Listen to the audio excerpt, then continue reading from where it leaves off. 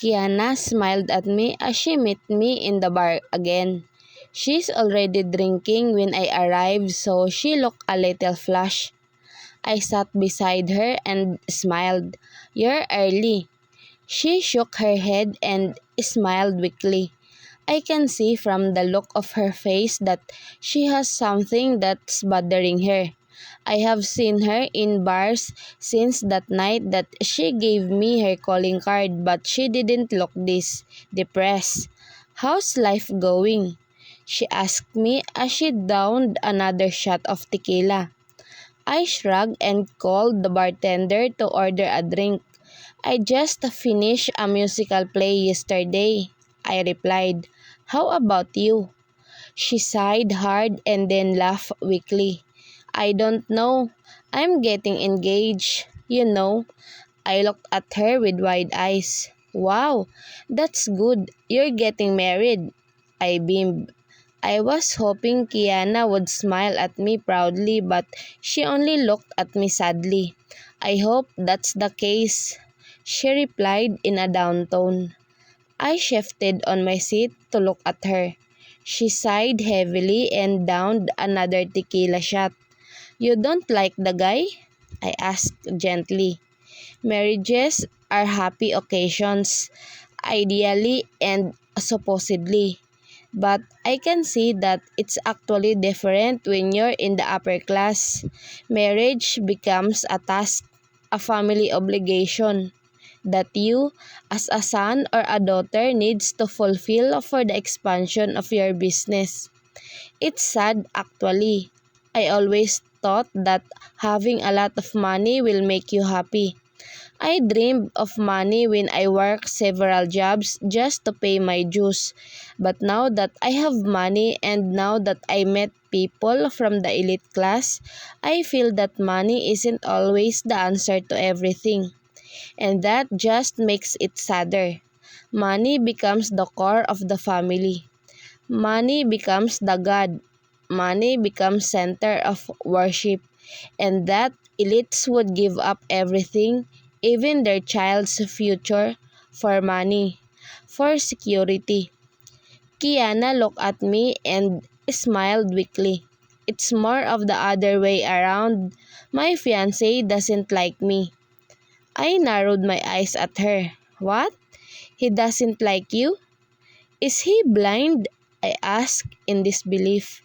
I'm a woman and I know that Kiana is one heck of a goddess. She's tall, fair and classy. From only looking at her, I can feel the vibe of a rich woman. She also has a great personality. I saw that from the way she treated the people in the club. She's polite, but at the same time, you can see that she's in control. She's a great catch. If I were a boy, I would be drawn to her. Kiana sighed. "I think he likes someone else." I overheard him talking to his mother about breaking the engagement because he has a girlfriend. I stilled. Wow, if his parents knew that he already has a girlfriend, why would they push him to marry someone else? I really don't get how rich people think sometimes. But then again, Ivan is in a relationship with me but got engaged to a different woman anyway. Kiana is his cousin. It must be a family tradition to enter into pragmatic marriages. I watched Kiana gulp down another drink. She wiped her lips with the back of her hand and lifted her stare at me. "Why did you not fight for your right for my cousin?" She sounded so serious. I looked at her, not knowing what to answer. Why did I not fight for Ivan? I have to think of the last time I spoke with him. Your cousin didn't seem to want to fight for us. I don't know if it would hurt her, but I wanted to be honest. Kiana looked at me again. "He did," she said. I narrowed my eyes at her. My system seemed to stop working, but I continued to listen. I heard him talking to his mother, asking her if he could get away from that. But his mom just wouldn't budge. She continued, Our families like that. They always tend to get what they want by manipulating us. I pursed my lips in a thin line. I never imagined Ivan fighting for us. The look on his face when we last spoke was my answer. He did not show me that he wanted to fight for us. He didn't show me how he wanted me to fight for him. The depression I underwent when he left me was no joke. I almost backed out of my first ever tour. Thanks to Marie, I was able to do it. Kiana sighed. I never wanted to tell you that. I thought you knew. But from the look on your face, I can see that you didn't. I bit my lip and took the drink I ordered down in one shot. I wrinkled my nose at the bitter taste of the alcohol and the burning sensation down my throat. It doesn't matter, I said. Kiana raised her brow at me. It doesn't matter now? She asked. Why? Are you dating someone else? And just like on cue, I felt my phone vibrating in my couch. Miller, I'm almost done with the meeting. Shall I meet you for dinner? I checked the time. It's almost 10 in the evening. Me, I already ate dinner. Not even 10 seconds after, a message came in again. Miller, then join me. Miller, I haven't eaten dinner yet. I almost choked on his sad emoji. He never uses one and I have never imagined him to use one. And a sad emoji at that. Me, what time will you finish? I'm in the club. Miller, what are you doing in a club, baby? I sighed and typed in a reply. Me, drinking. I wanted to ease my stress. Kiana cleared her throat and that made me look at her again. She's seen me texting someone and her eyes are looking at me suspiciously while sporting a meaningful grin. Your boyfriend? She asked. Boyfriend? I don't know, but Miller called himself my fiancé when we were in the OB/GYN clinic. I shrugged. Just someone. Kiana nodded as if understanding what I just said. I didn't even understand it. Are you dating him? She began to probe. I bit my lip. Sometimes, I replied vaguely. Kiana smiled at me. That's okay. It's a good diversion from my cousin who's already engaged to Sofia. She said, I'm glad that you're already over him. To be honest, I didn't think he deserves you. I narrowed my eyes at her, puzzled by what she just said. Kiana's phone vibrated and she went on to read the message despite the puzzle her words had left my mind. She narrowed her eyes on the phone before looking up to me in an urgent expression. I have to go, she said as she stood up and left cold cash on the counter. I'll see you when I see you. She beamed before leaving the club in a hurry. I watched her as she strutted her way out amidst all the people partying. I actually pity her. She likes the guy but he doesn't like her.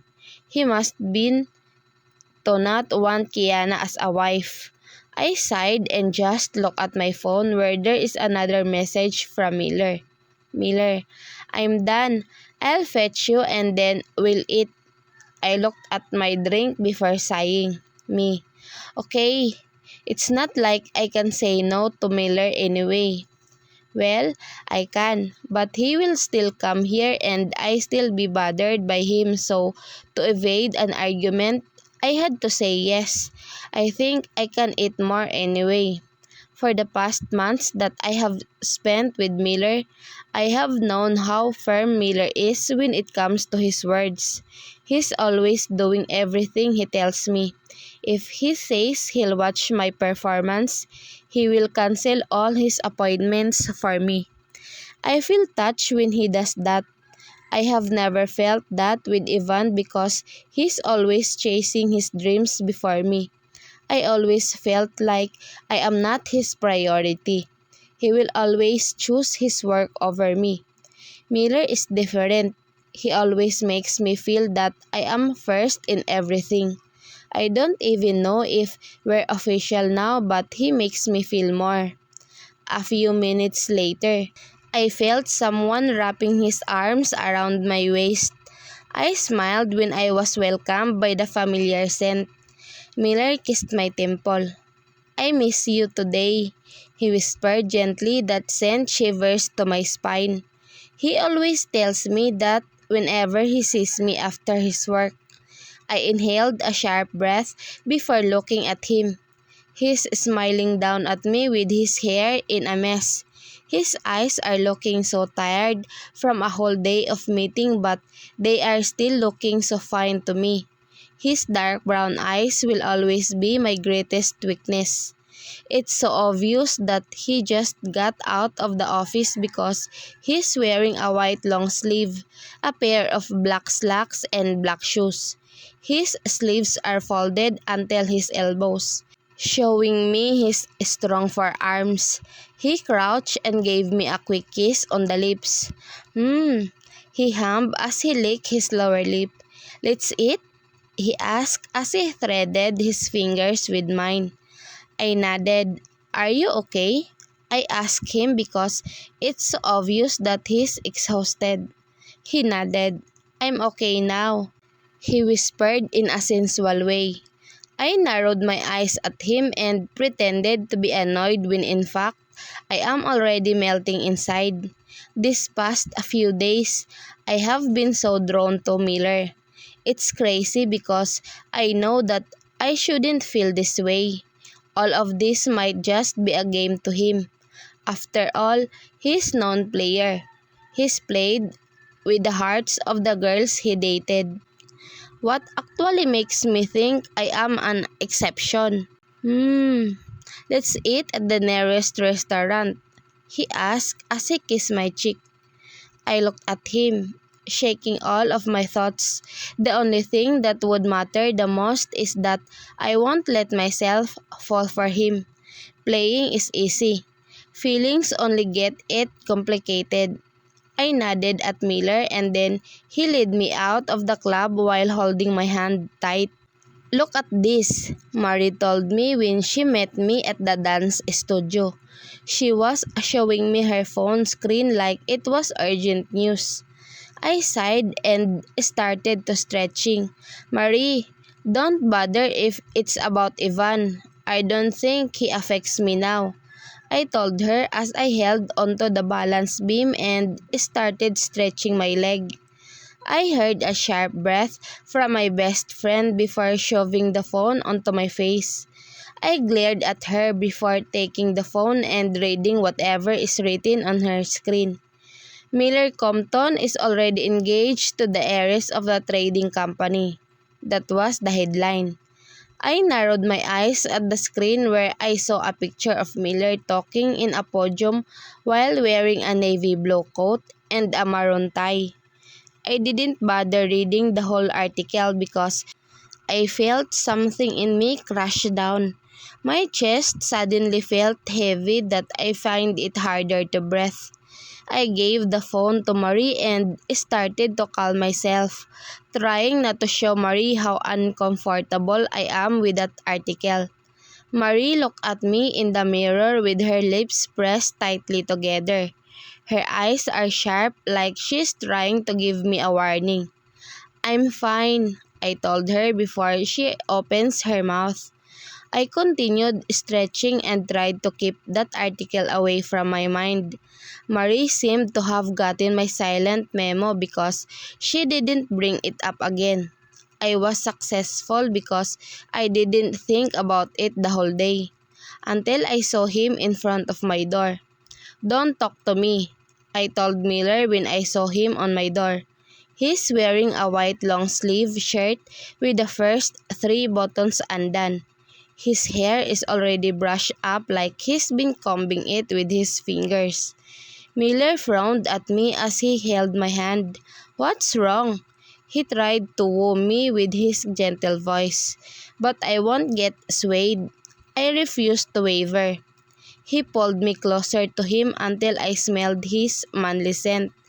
something that he knew was to his advantage.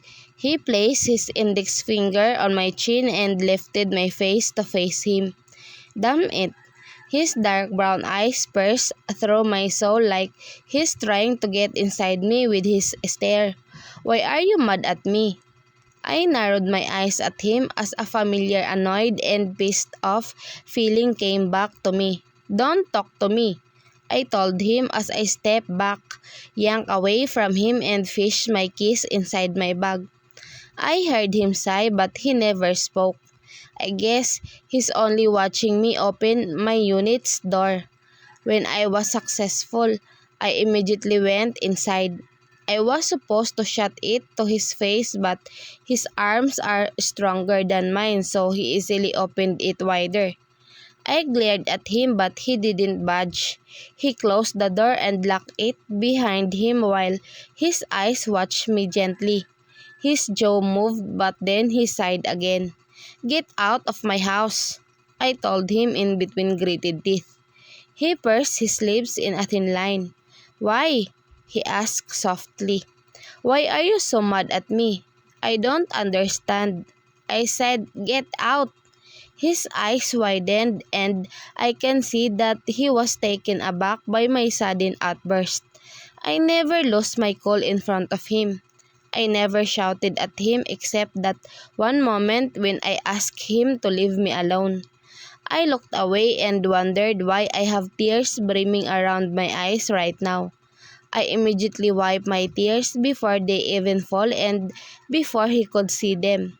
I hate him. I hate Mr. Compton, but above all, I hate myself the most. Marie has already told me several times that he's not the one for me, and he will never be. I have implanted that in my head since the moment I agreed to play with him.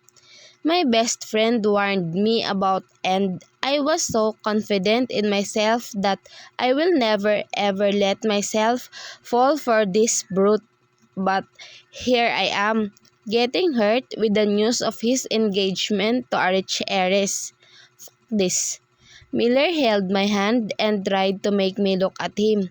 I stood firm on my position but almost melted when I felt him wrapping his arms around my body, hugging me from behind. This is unfair. He knows how to make me waver. He knows how to play with my emotions and I let him do it willingly. Damn it! Miller leaned his chin on my shoulder and kissed my neck gently. What are you upset about, baby? He whispered, making my whole system go haywire. Again, this is unfair. Again, he is unfair.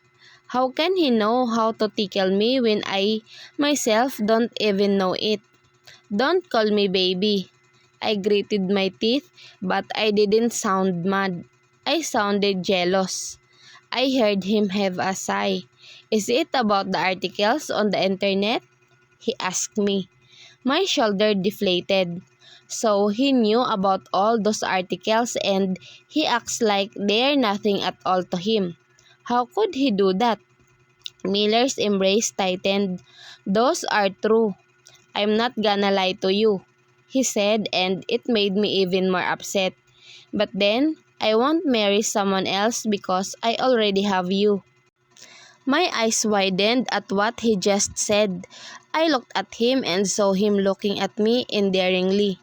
His eyes are soft like he's so careful not to hurt me. I love you, Cassandra. My lips parted when I heard those three words from him.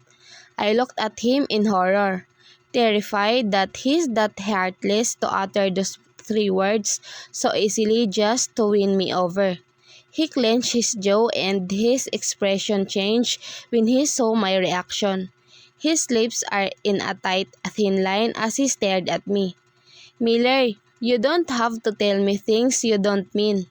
I mean it, he said in a low baritone. I mean every word, Cassandra. I love you. I never say those words to just anyone.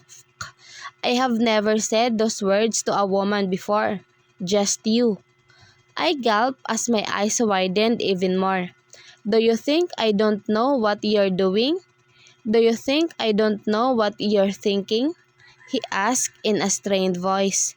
His eyes are also turning red, but he continued talking. I know you're doubting my intentions, and I don't blame you for that. You've seen me play.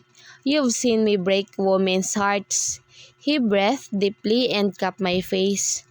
I am not a liar, baby. And I don't just say words I don't mean. His thumb carries my cheek, and just like that, I felt like I am melting because of his words. I have been in a long-term relationship, but never had I felt this way before. The way my heart beats loudly but melts slowly at the same time. It's different. Miller is different. I could leave everything to be with you. I could give up everything just to have you, he said in a voice that sounded like he's almost begging me to believe in him. I really, really, really, really love you, Cassandra. I really do, he whispered as he leaned his forehead down to mine. I saw him shut his eyes as he bit his lip tightly. I took a deep breath and knew it right from that moment. I am in love with Miller Compton. I love you, Miller whispered as his lips hovered on top of mine. We've been cuddling for hours, but this is the only time he's attempted to kiss me. He bit my lower lip, and almost immediately had the butterflies in the stomach grew wild. I opened my mouth slightly and let him thrust his tongue inside my small cavern, owning and lining it like it's his own territory. His hand carries my face while the other molded my body. I miss you, he whispered as he planted a ticklish kiss on my earlobe before running his nose through my jaw and my neck. I ran my fingers through his hair, pulling it so I could feel him closer to me. I moaned out loud when I felt him suck a sensitive spot on my neck, starting a burning pleasure to my system. Miller, I moaned as I felt his hand inside my shirt, going up to cup my breast. I bit my lip hard when I felt him pinching my nip. Oh God, I moaned as I felt him holding my breast.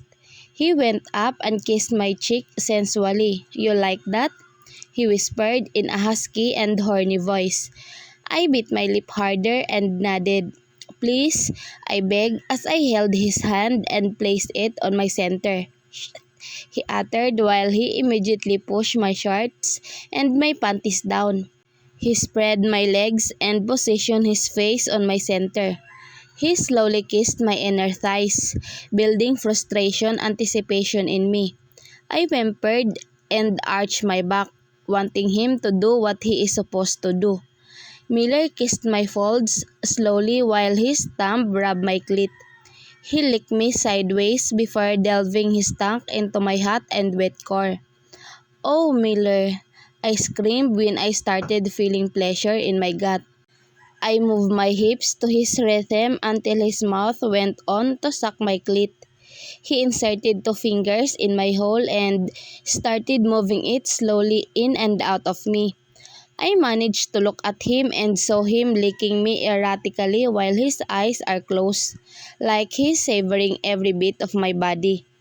I shut my eyes and inhaled a sharp breath as I felt orgasm building inside me. Miller's fingers started picking up their pace, making me come and convulse as I exploded for him. I heard him curse out loud before moving up to kiss me on the lips, hard and needy. He kissed me like it's all that he's known, leaving me breathless.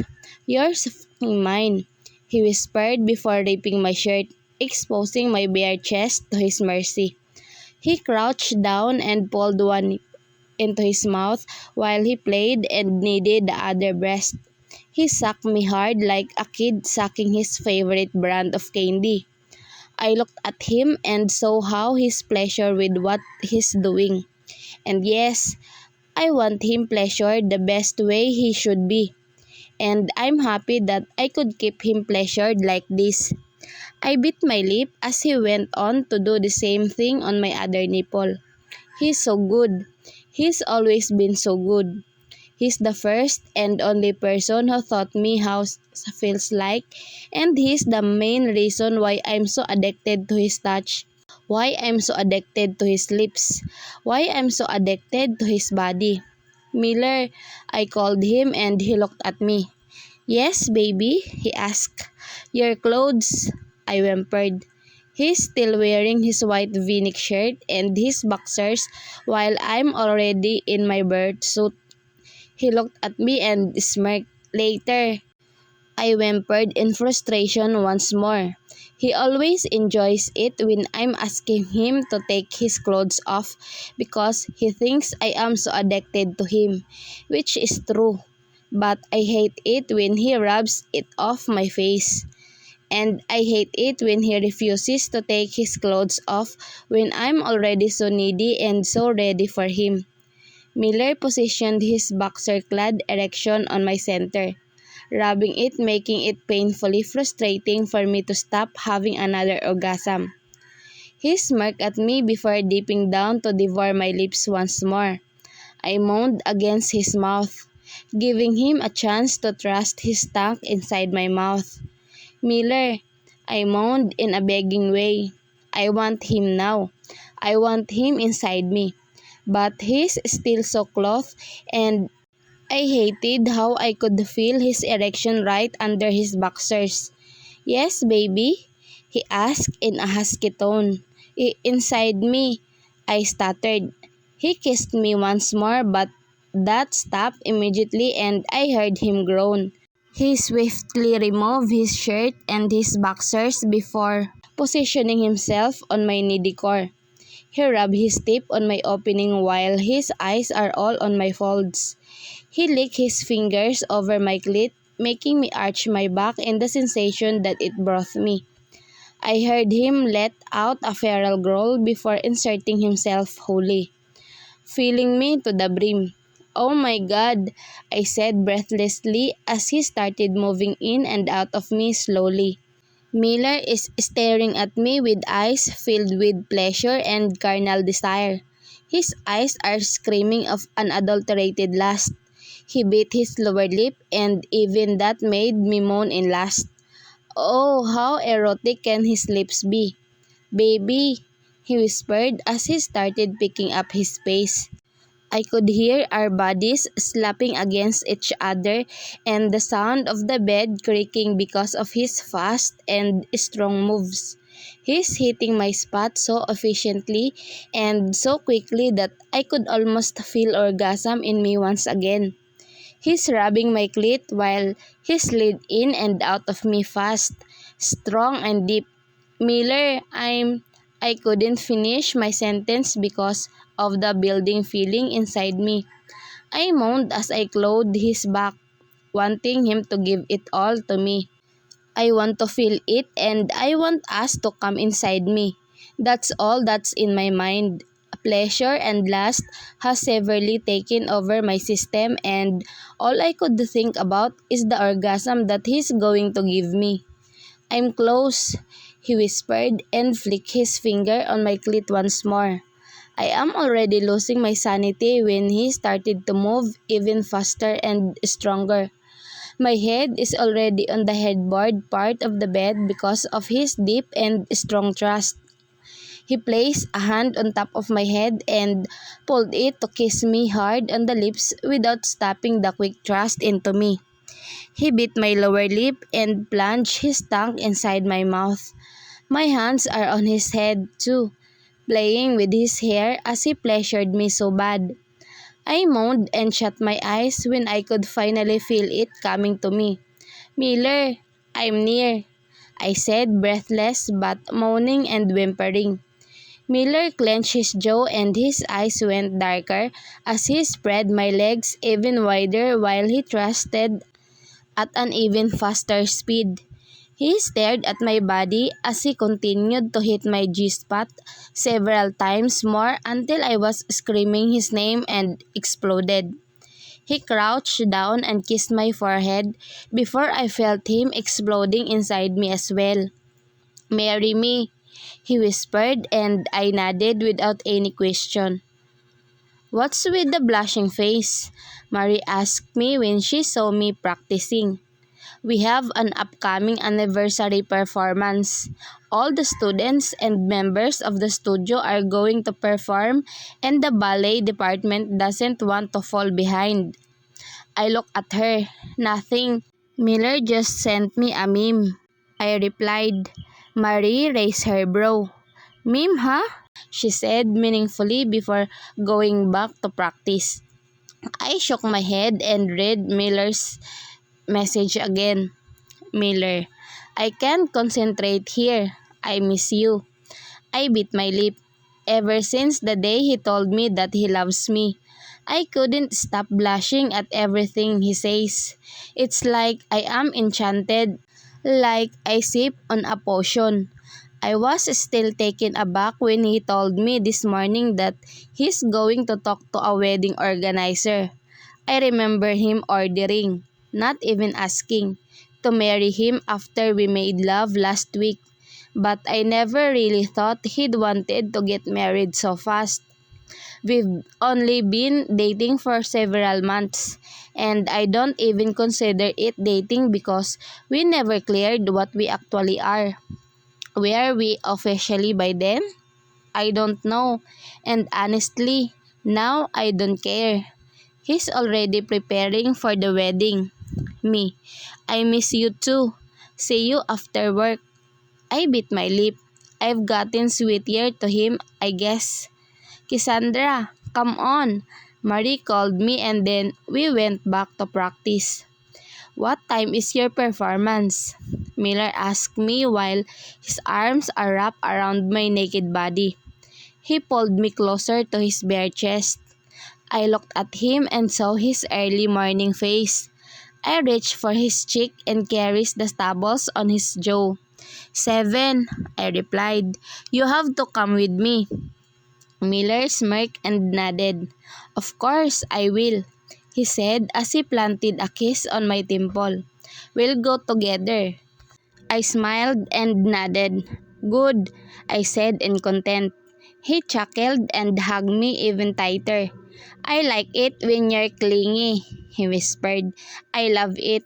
I narrowed my eyes at him and pressed my lips together to hide a smile from coming out of my lips. It's true, though. These past few days, I have been so clingy, like I can't do anything without him by my side. I hugged him and rested my head on his chest. He chuckled lowly before kissing my forehead. "We'll get married tomorrow evening." My eyes widened and looked at him in shock.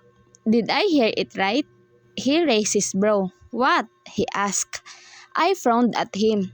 "You seem so certain about marrying me," I said. He looked at me. "I need to marry you. It's a need, baby. I have to marry you." He stared deep into my eyes and smiled. "I love you." My heart swelled at his words. He said those with high sincerity, and that's all that matters to me. Miller's reputation has never been clean to me. I have known him and saw him play with other women's hearts. He dated to pass time and not because he actually loved them. So when he told me he loves me, even though I don't admit it, there is a small part of me that didn't believe him. But as I looked back our relationship, he's never seen with other women, aside from the deal with his supposed fiancée. We never actually had a fight over a girl. He's always there for me, always watches my performances, always fetching me from the studio, always eating with me. I was accustomed to his presence because he never let me feel like I am alone. "I love you too," I whispered, and I felt him stiffen. I looked at him and saw him staring at me with wide eyes, looking so surprised at my words. I smiled at him widely as I caressed his clenched jaw. "I love you," I repeated, and felt how good it was to say it out loud. Miller's lips parted and I chuckled. "Why don't you seem convinced?" I asked in a soft voice. He gulped hard and shook his head. His eyes are trembling but I can see that he's almost smiling. I smiled at him and he shook his head before dropping his head down, kissing me on the lips deeply but quickly. "It feels different when you actually say it, baby," he whispered in a raspy voice. "You don't know how happy you made me because of that." I chuckled and hugged him tightly. Now I don't know if I'm doomed because I feel like I already love him so much more than I ever loved someone before. Miller stood up while applauding my performance. He was smiling widely and looking so proud while he looked at me. I smiled and blew a kiss to him. "I love you, Cassandra," he shouted, making everyone look at him in shock. Some even laughed, including me because I never imagined him shouting like some fun. Marie nodded at me and gave me a meaningful look regarding Miller. I frowned at her and she just shrugged. We all bowed before the audience and Miss Helenes was called to say her speech. Marie walked beside me and linked her arm with mine. "Pretty serious, huh?" she teased me. I rolled my eyes. "I already told you." "He already told me he loves me and he wants us to get married tomorrow," I said in a low voice to not get attention from others while Miss Helenes is talking in front. Marie's eyes widened. "Tomorrow?" she asked in disbelief and I nodded. "And you're only telling me that now?" she asked again with a hint of frustration. I sighed. "He just told me last night." Marie looked at me in disbelief. "Wow, he seems to be pretty excited." I shrugged and looked at Miller Sway, who's still watching me. He smiled at me the moment our eyes met and my heart felt beating loudly and fast. "Oh my God, I need a love life too." Marie beamed as we all went to the center stage and took one last bow with Miss Helenes. I just shook my head and smiled. Maybe it's what she needs after all. "Kiana, are you free this breakfast?" I narrowed my eyes at the message. This is the first time that I receive a message from her. While it's true that I have been seeing her in the bar I frequent, I never really received a text message from her, ever. I looked at Miller, who's already preparing to leave my unit for work before replying. Me. "Yes, sure. Why?" It didn't take long until she replied to me. "Kiana, I just want to have breakfast with you. Can we? I'm in New Pancakes." "New Pancakes? That's near here." Me. "No problem." Miller looked at me and smiled. He walked to me and kissed me on the lips. "I'm leaving for now but I'll be back before lunch. I'm only taking a half day today." I smiled at him and nodded. "Okay," I replied. I called Marie for tonight. I don't know what to call our wedding so I didn't elaborate. Miller nodded and kissed my temple. "Okay, baby." I also called my cousins for our wedding. Shivers ran through my spine when I heard him call it wedding. I avoided that word but he seems to be so comfortable about it.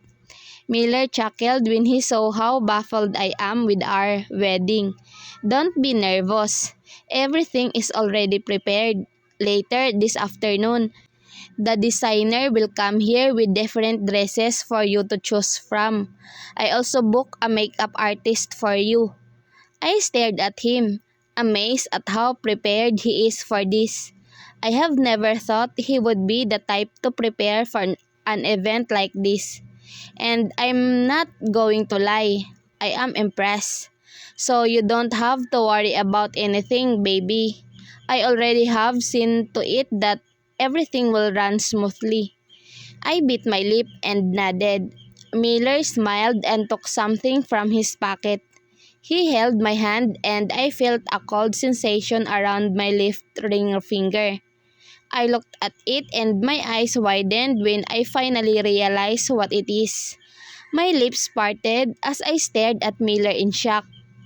A round gold band with a huge diamond is sitting comfortably around my finger. Is this for real? Miller smiled even wider. You never ask for a ring, baby. And I know that this is probably somehow useless because you're already marrying me tonight, but I wanted to give you a decent engagement ring. I narrowed my eyes at him. Decent? I asked, slightly teasing him. He chuckled and nodded. He crouched down and reached my lips again. I love you. Again, my heart melted. I love you too. He smiled through the kiss. Ah, damn. How am I gonna leave you right now then? He asked in a joking way. I playfully pushed him off me and he chuckled loudly. I'll see you in a few hours. I really have to attend this meeting. He shook his head. I nodded and led him to my door where he kissed me once more. You know you should stop kissing me if you wanna attend that meeting. I teased him. He laughed a bit. I know. I'll go ahead, he told me before another kiss. I narrowed my eyes at him and he just waved his hand as he walked towards the lift. I watched him as he stopped in front of the elevator. He gave me one last look before he entered the lift and gone to the office. I sighed and locked the door, went straight to my room and prepared for the breakfast with Kiana. I'll just text Miller when I'm on the way or when I'm already there. I wore a simple blue dress and a mustard trench coat. I paired it with my brown leather mid-thigh high boots. I walked inside New Pancakes and immediately noticed where Kiana is seated. Only, she wasn't alone. She's with a sophisticated-looking woman who seemed to already be in her 50s. She narrowed her eyes when she saw me. I gulped hard when Kiana saw me too. She didn't smile but she nodded. Good morning, I said carefully while the lady beside Kiana eyed me. Have a seat, Miss Collins, the sophisticated lady told me. My heart boomed against my chest. I can feel the intimidation, all right. But then, this woman seemed to be so familiar to me. Kiana pursed his lips as she watched me sit awkwardly across them. I'm not gonna make this long, Miss Collins. I am Eris Compton, Miller's mother. The gold dangling earrings she's wearing seemed to sparkle when she talked. I don't want you for my son. My eyes widened and looked at Kiana but she was not responding at all. She's only staring back at me with a serious look. What is happening? Eris Compton's smile went shivers to my spine. She's smiling at me so wickedly that I am actually questioning why I replied to the text of Kiana. Kiana here is my son's fiancé. She trailed while my eyes widened in shock. I looked at Kiana again and remembered that she's sulking because her fiancé didn't like her back. It turns out that her fiancé is Miller. What a small world. I'm pregnant, Kiana stated seriously. She looked at me with no humor in her face. I narrowed my eyes at her while anxiety ran through my system. She's pregnant? Kiana pushed an envelope to me on top of the table. This is my ultrasound, she said. You can read it and see that I am not lying. I looked at the envelope, not wanting to open it or even hold it because I can't even understand what I am already feeling right now. Eris Compton raised her brow at me. She must have seen how I am flabbergasted right now. The father of the child is my son, she told me. They are going to have a family soon.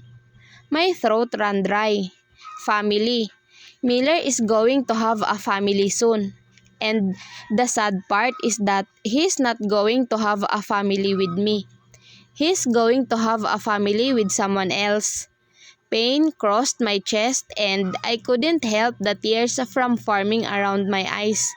I swallowed the lump forming in my throat and nodded. I took a deep breath and tried to gather myself. They don't say it, but I know why they called me here. Compton doesn't want me for her son because, like any other wealthy family out there, she wants him to marry another wealthy personality.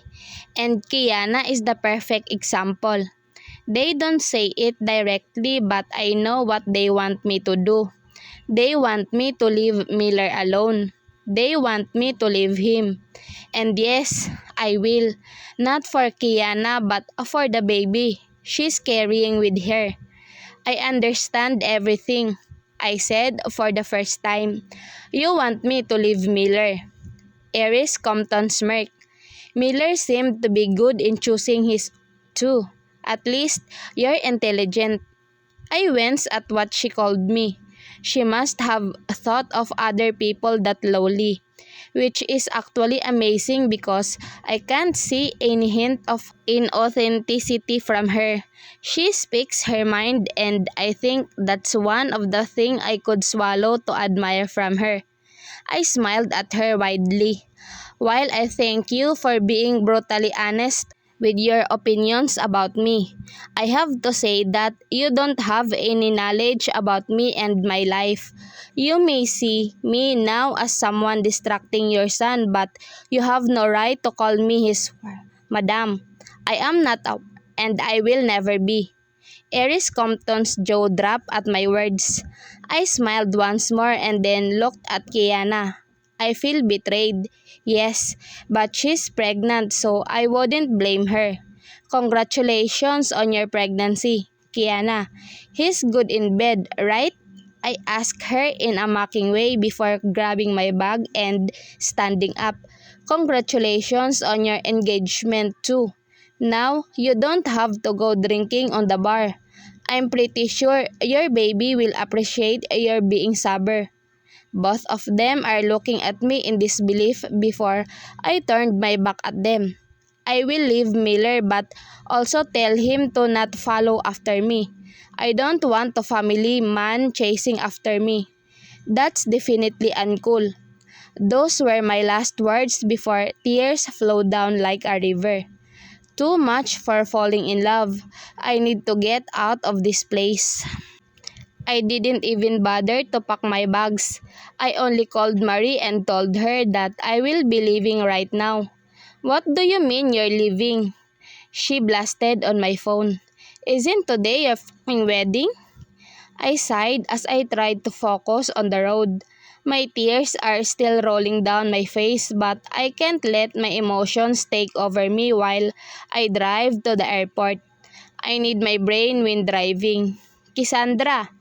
Marie was hysterical on the other line. I seriously think that she's throwing a tantrum from where she is right now. I know her. She probably is. I'm leaving, Marie. I can't. I swallowed a lump in my throat. Stay here. I need to leave. Thinking of Miller getting married to someone else is painful. But knowing that he is going to have a baby with someone else is even more painful. Damn, how could he do that to me? I've never felt this betrayed in my whole life. My eyes caught a glimpse of the diamond ring Miller gave me this morning. I scoffed and shook my head as I removed it and threw it somewhere in the backseat of my car. Cassandra, is this about Miller and that Porsche girl? Have you talked to Miller about this? Oh my God, I can't believe this is happening. Why are you leaving so suddenly? She's even more hysterical now. I want to calm her down but I can't. My mind needs to focus on the road until I go to the airport. And besides, I can't tell her about everything yet. Not when I haven't totally let it sink in my system. I leave my car on the airport parking. I'll throw the keys under it. What? Marie cut me off. You can't do that. Wait for me. You need to talk to someone. Obviously, this is rush and you're doing it because something happened badly. But Kes, you need to think this through first. She wouldn't let me go and I know she will be like this. She's been my best friend and I believe I was her best friend too. We're totally inseparable and I have not found one person who had supported me since I was starting until I was successful. I can talk about it, Marie. I live to clear my head. But you don't know your way to Vegas. And why are you going to Vegas? I sighed. I need to. Why? She exclaimed. You can't stay at my place. Miller couldn't find you there. You're safe. Miller can find me anywhere I go, Marie. But now, he doesn't know what's happening yet, so I have the chance to escape. I have the chance to go ahead and fly away from him. Tears brim around my eyes when I think of Miller. I cannot deny the fact that I love him. I can't deny the fact that I was going to risk it all with him. But knowing that he's going to be a father and that he's destined to get married with Kiana, who am I to mess with that? The last thing I want to be is a homewrecker. I grew up and spent most of my childhood without my parents, so I know how hard it is to live alone. I don't want the child to grow up without a father, whatever the circumstances may be. I shut my eyes and changed my route for the meantime. I'm going to leave, so I needed to say goodbye to them first. I arrived at the cemetery, my only stop before I head off to the airport. With flowers on my hand, I walked to the grave of my parents. I don't come here often, but every time I do, I stay for half a day or more. That's not the case now, though. My heart is getting heavier and heavier the nearer I get to their grave. It never gets better no matter how long it has been since they were gone. Nothing could ever fill in the void in my heart because apparently no one can be my parents again. I sighed and placed the flowers on top of the names of my mother and father. I squatted in between the headstones of my parents and wiped them before smiling at the photos of my mom and dad. Life has been hard, Mom, Dad, but I have found a friend who supported me right after I got out of the orphanage. I started as my eyes stung with the tears threatening to fall. I have been good. I have performed in different stages, taught children how to ballet. I have accomplished a lot. I sobbed as tears started to fall down. Looking back to where I started, my life has become extremely different. It's like 180-degree change. But like before, I still feel empty now. I have found men to love, but this one, I couldn't stop. I couldn't help myself. I tried so hard. I begged so hard to not fall for him, but I still did. And now it hurts. I breathe hard. I love him so much, and I guess this is why they always say that it's hard to dream for something you can't have, because the heart hopes for the impossible, and it only has one ending, tragic. While driving over here, I have thought of how different my world is from Miller. His world is surrounded by luxury while mine revolve around the orphanage and working hard to get out of the slums. He's not used to anything short of money. I did. He doesn't know how hard it is to barely eat in a day because you have to juggle three works all at the same time. Why would you think our love story will be tragic? My eyes widened and I stilled the moment I heard that voice. My system started to crumble and I couldn't help but clench my fist on the ground. I heard footsteps coming closer. Do you really think I would let you leave me? My lips trembled as the tears started falling nonstop. I could feel my heart constricting with every thought I had when I knew about Kiana and their child. It was like a dream of mine have been shattered. The dream to be with the man I love the most. Miller walked in front of me and squatted right in front of me. He held my face and directed my gaze to him. His eyes are red and they look like he's begging me not to leave him. Don't believe in anyone else, Cassandra. Only believe in me, he said in a serious tone, but his voice cracked a little. He gulped hard before leaning closer, making me see more of his expressive eyes. I thought you loved me. My eyes widened.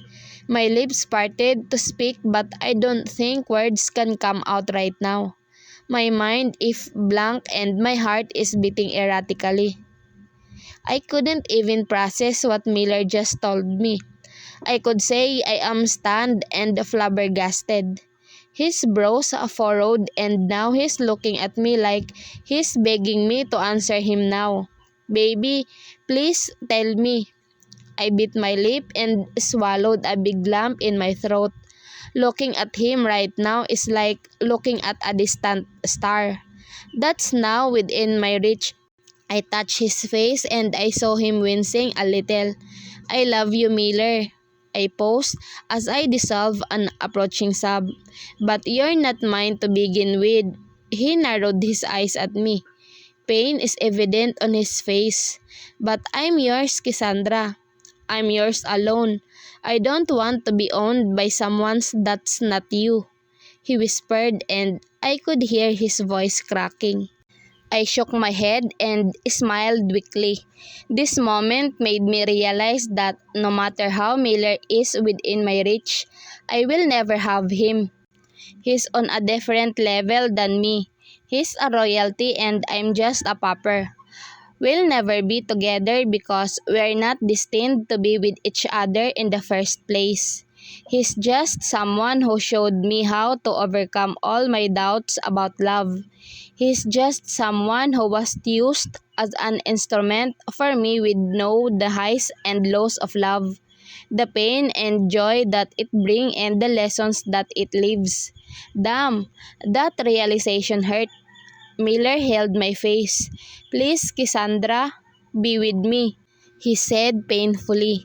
Tears already brimmed around his eyes and that's what makes it hurt even more. Don't beg me now, Miller. Please don't make this even harder for me, baby.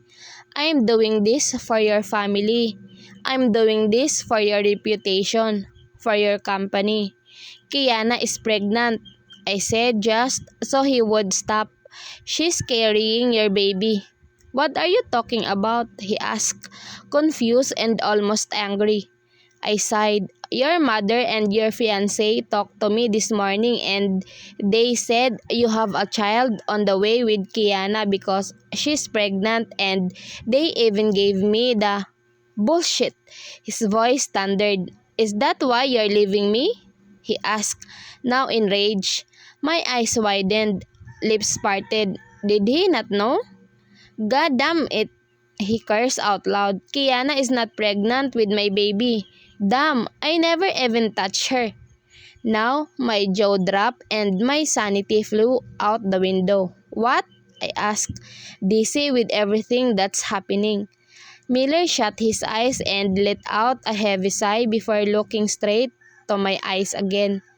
Remember when you got mad at me because you heard about me getting engaged to someone else? That's Kiana. But I already said no to that.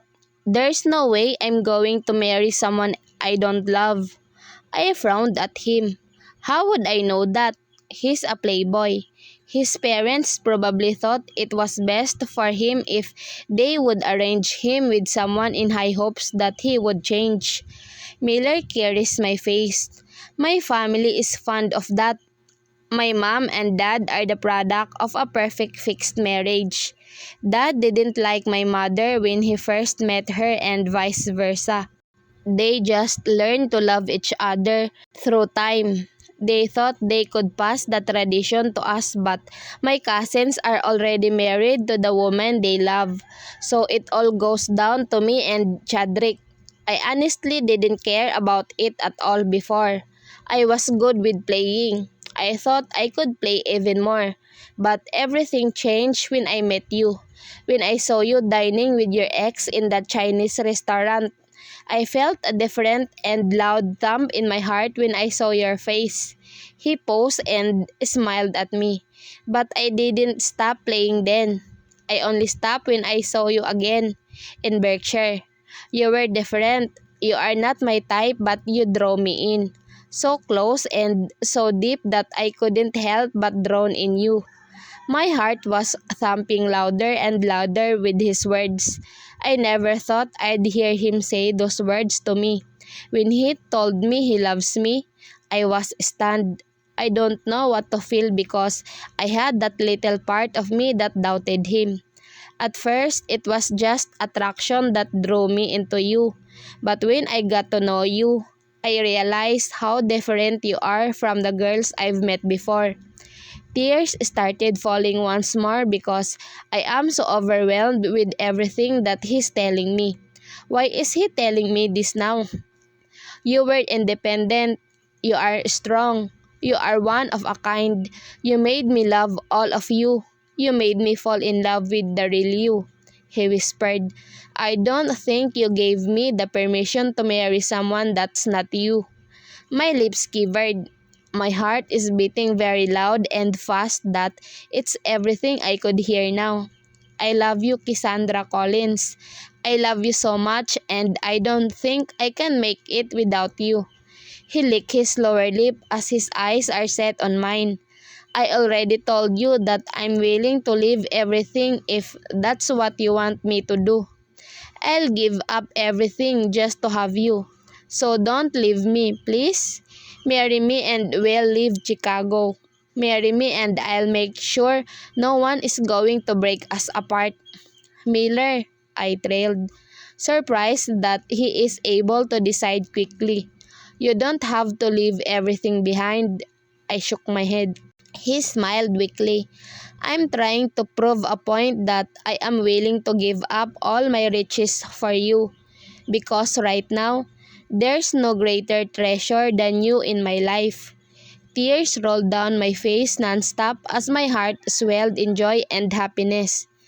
Please always remember that there's no amount of money that could equal how important you are to me, he whispered as he wiped the tears down my cheeks.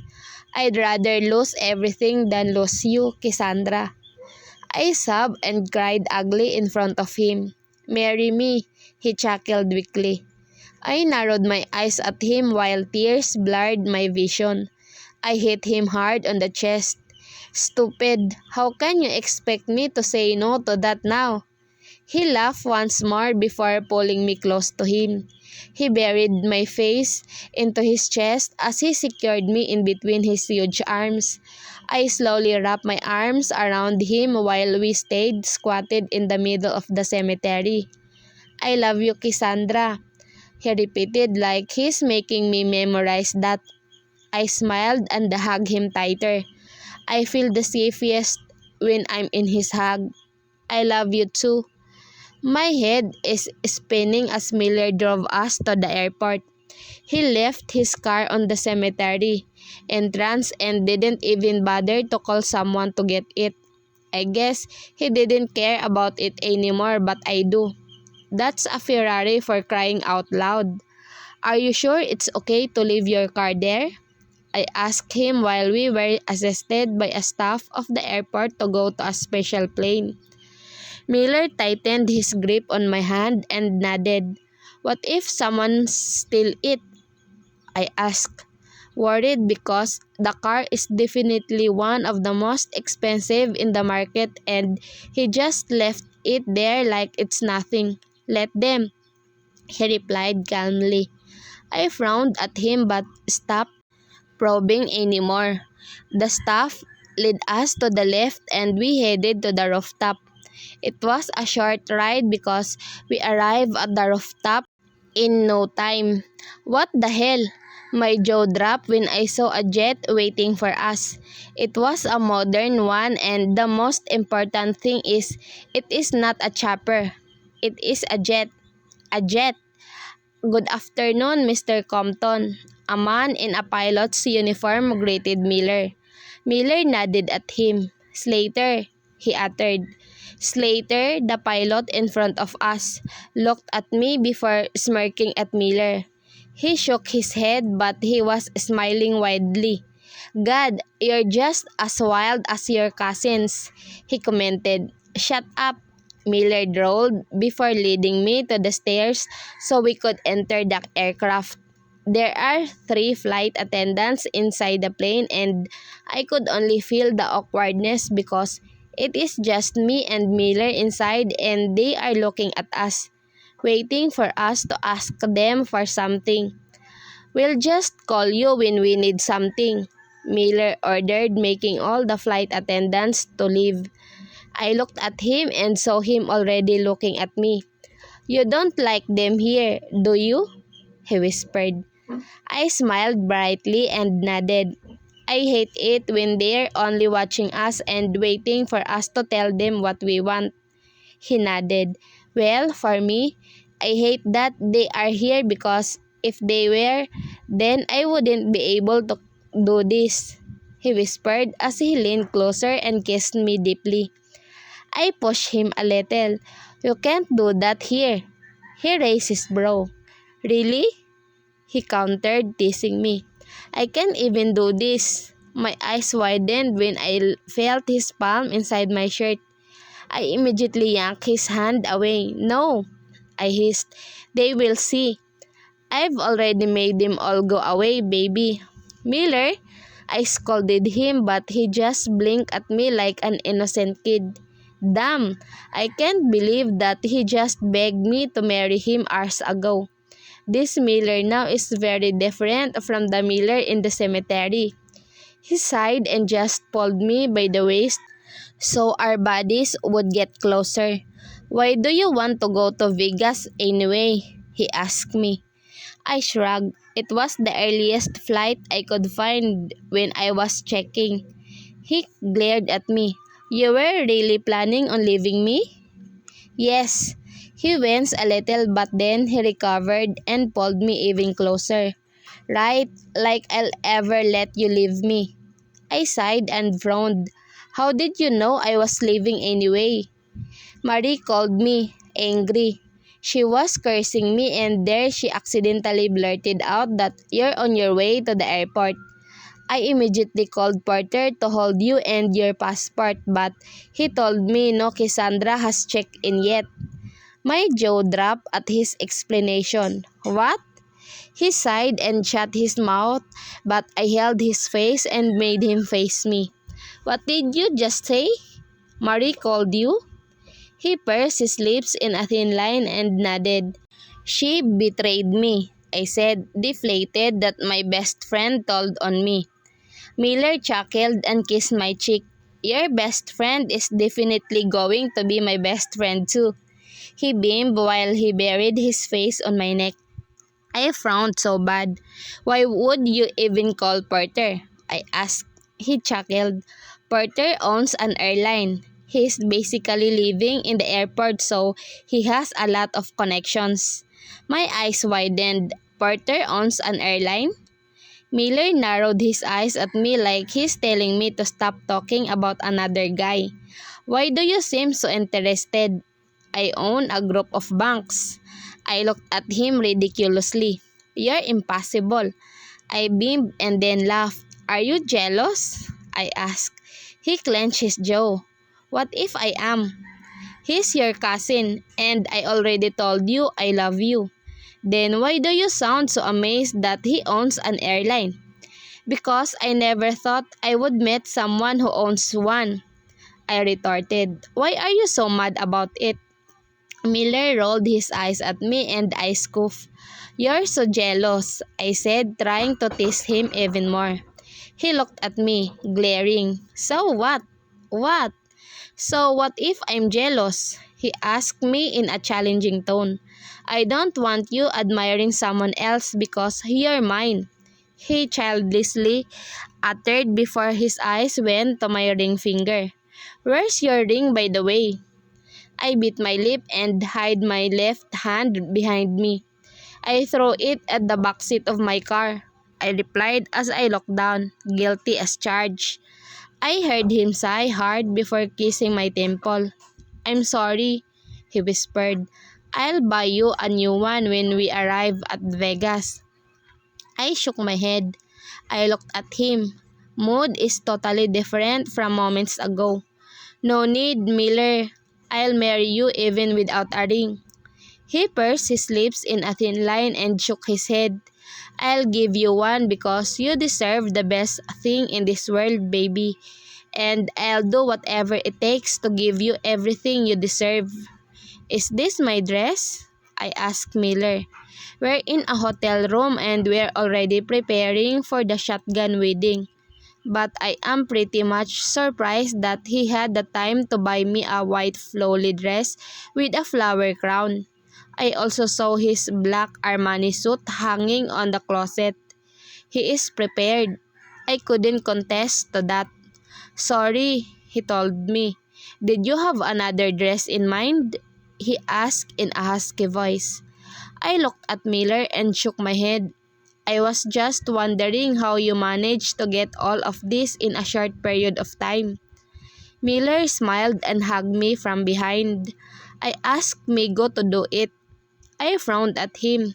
His secretary does everything for him, which Miller denied and supported for quite some reasons. But then again, he's right. Migo is his executive assistant, so it's only right to delegate some task to him. I just hope he's well compensated.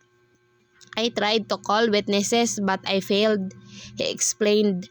I only have Migo and his girlfriend to witness our wedding. Is that alright? He asked. I smiled and nodded. That's beyond perfect, I said as I realized that Marie will kill once she knew about this. But then, we don't have time to wait anymore. Our wedding is in 2 hours and we're still here. So we started moving fast to prepare. Hurry up, I told him. I am already done with my outfit and my makeup but Miller's still fixing his hair. Funny how he's the guy but he's the one who takes longer to prepare. He looked at me and then nodded. He walked over to me and smiled. You look very beautiful, he whispered as he kissed my cheek. I can't wait to marry you. I smiled widely and blushed. Me too. We walked out of the suite and went straight to the elevator. Miller told me that the judge is in one of the function rooms of this hotel. Miller held my hand tight. Sorry if this isn't the wedding of the century, he whispered. I smiled reassuringly and shook my head. Any wedding with you is perfect, I replied and he smiled at me. I love you, I whispered him as I clung onto his arm. He chuckled lightly. I love you more, Cassandra, he replied. That made everything alright. We arrived at one of the function rooms and saw one judge and his assistants, but my eyes widened when I saw 4 hotel staff members inside. I looked at Miller curiously. We need witnesses. I couldn't contact anyone because they are all in Chicago, so I just asked a few hotel crews to witness for us, Miller explained. I nodded and smiled at the hotel staff members who were nice enough to be witnesses of our simple wedding. The judge called Miller and then we started. It was a simple and fast wedding. We exchanged vows and signed the papers before the judge announced that we're husband and wife now. I looked at Miller who was smiling at me. He took something out of his inside pocket and my eyes widened when I saw a square black velvet box. What? I couldn't even finish what I am going to tell him because my eyes couldn't stop looking at the velvet box on his hand. He slowly opened it and there goes 2 gold bands, both lined with diamonds. He grinned at me and then took the smaller ring and put it around my finger. I asked Migo to buy me this online and they got delivered when you were in the bathroom. My lips parted. He did all that? Now, I feel extremely sad because I couldn't do anything for him. It's our wedding, but he's the one who prepared everything, from my dress to the ring. Ain't I useless? He chuckled. Don't worry, I'll let you do all the preparations for our grand wedding, he consoled me. I smiled and nodded. Okay, I replied, relieved and excited at the same time. I took the bigger ring and slid it around his ring finger. I looked at him and smiled. I love you, I told him. I hope you don't get enough of me telling you that. Miller smiled widely before pulling me in a tight embrace. I won't get tired of any word you utter, my love, he whispered, and I could feel a warm feeling in my chest. My love, he called me that. I have never been called that. Tears started to well around my eyes as I hugged him as tight as I could. Never had I imagined myself being overwhelmed for 2 words before, but ever since I met Miller, I feel like every moment he spends with me is overwhelming. He's different and he made me feel loved in a whole new different kind of level. And for the first time since I fell, I am grateful to have let myself fall for him. And I thought it was the best thing that happened to me. But everything changed when I woke up. I opened my eyes and saw the blaring lights of the room. What happened to me? Why am I here? I tried to look around to survey my surroundings, but all I can see are white walls and a simple table with a white vase full of pink carnation. I tried to sit up but flinched when my head started to hurt. I grunted in pain and wanted to call for help when the door flung open. A man came in. He's tall, masculine, and handsome. He's wearing a black shirt and a pair of jeans. His hair is messed up but he still looks immaculately handsome. He immediately came to me and touched me. Baby, are you alright? He asked in a worried tone. I narrowed my eyes and even though my head is still hurting, I managed to look at him. Who are you? I asked him. Where am I? His eyes widened in shock. Baby? He asked me again as if he's trying to make sure he heard and understood what I said. I furrowed my brows. My head is aching but I couldn't miss this opportunity. Who are you? Where am I? Tears clouded my eyes. Who am I? I tried to remember who I am, but I can't. I don't know my name. I don't know where I am. I don't even know what date today is. What happened? Why did I end up here? Am I in a hospital? Questions flooded my brain and I think it's already making me dizzy. I held onto the man's hand. He called me baby. Is he my boyfriend? I looked at him and saw him staring at me in shock and fear. Please stop joking around, Cassandra. His voice was serious and laced with warning. I tilted my head. Did he think I was joking around? Well, if I did, I would have laughed now. But no, my head is aching like hell and I can't remember a thing from my past. I'll call the doctor, he told me and helped me lie down first before running outside. Not even a minute has passed and the nurses and doctors are already here. The nurses got my vital signs while the doctor checked my wound in the head. Maybe that's the reason why my head is aching. I am wounded. How did I get these wounds? I asked the doctor. He looked at me and pursed his lips. You were in an accident, he said. Do you know what day it is? He asked me before bringing out a pen light. He checked my eyes and then smiled curtly. I shook my head. He looked at the man who was with a few moments ago. Do you know him? The doctor asked. I looked at the man who was watching with anticipation. His arms are crossed against his chest while his lips are pursed in a thin line. I looked back at the doctor and shook my head. "No," I replied. The doctor's eyes widened a bit before sighing hard. "Do you know your name?" he asked again. I shook my head. "No." The man uttered a curse under his breath before looking away from me. The doctor glanced his way before looking at me with a weak smile.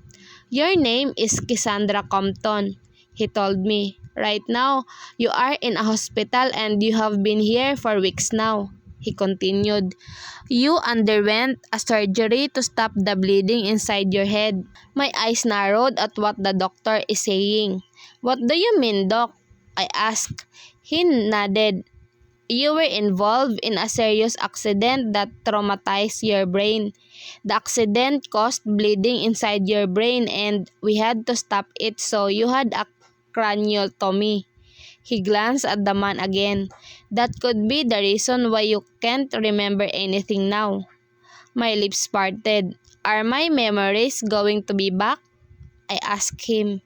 He sighed. "We don't know yet," he replied. "Sometimes they come back, sometimes they don't." My shoulder deflated at what he said. I looked at my hands and feet. "But I am okay," I told him. "I am in a state of shock.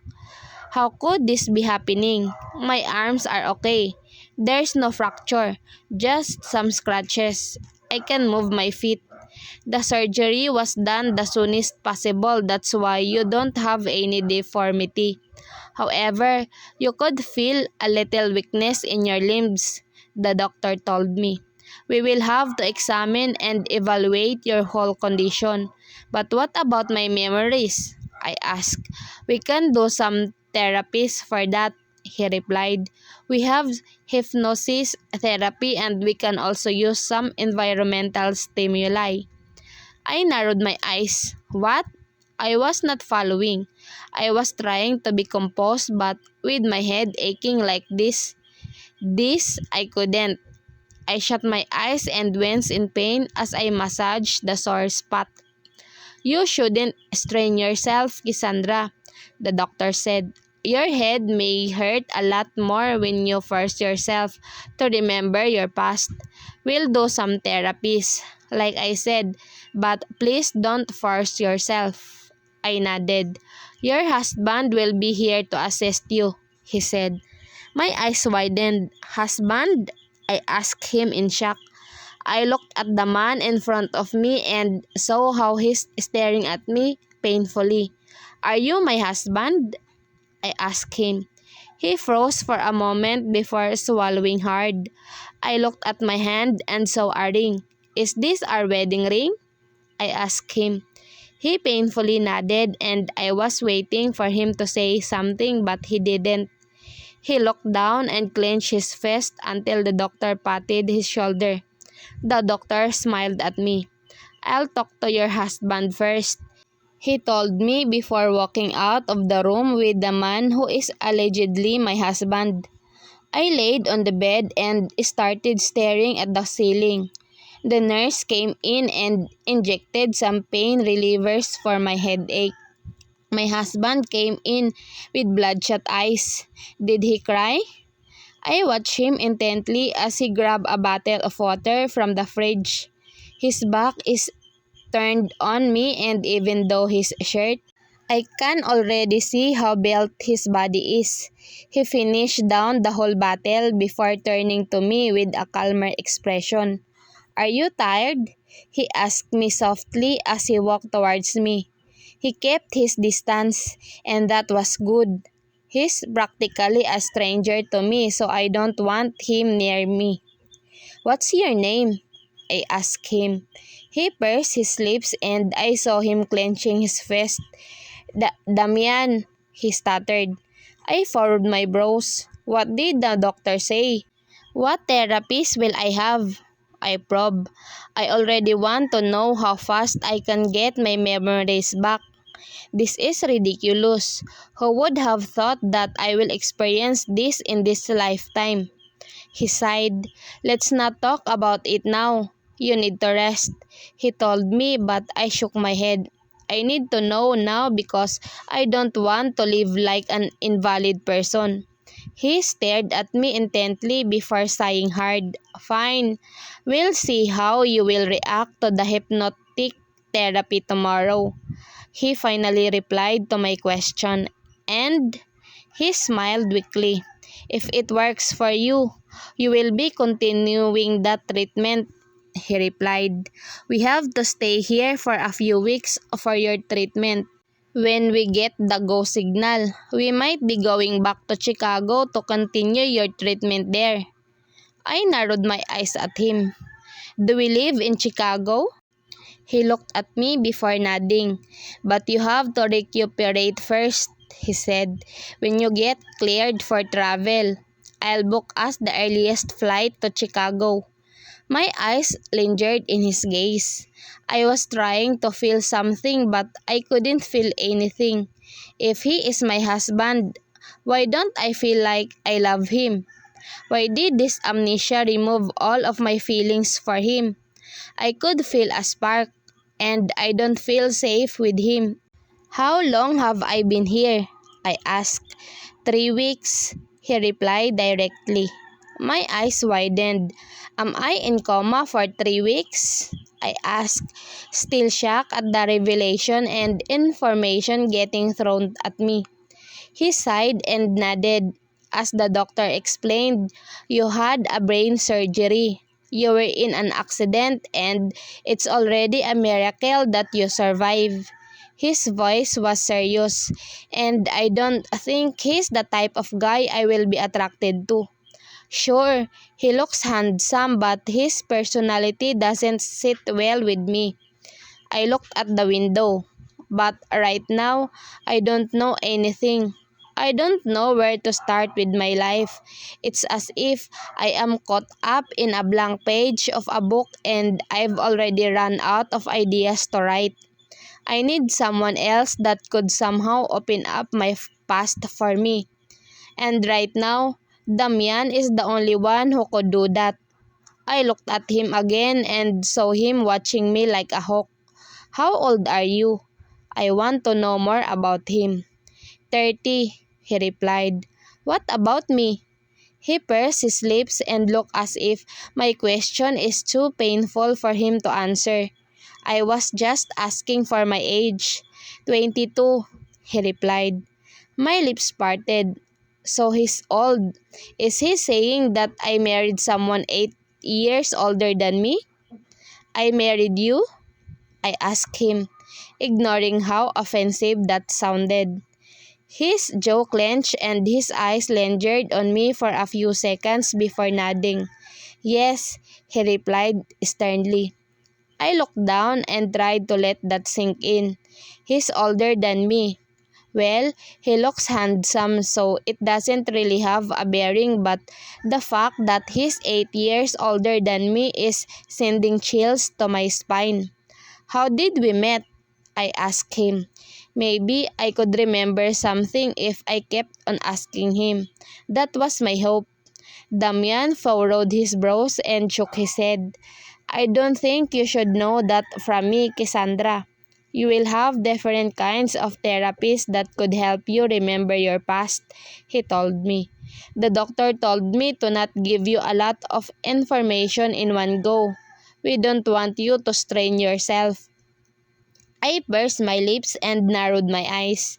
Will those therapies help me? I asked again. He nodded. They will. Will I gain my memories right away? He licked his lip and shook his head. The therapies will depend on you, but the memories will come gradually. We don't want you passing out with over-information. I sighed hard and nodded. I know my memories won't return to me magically. I guess I need to attend the therapy sessions from now on. It's late.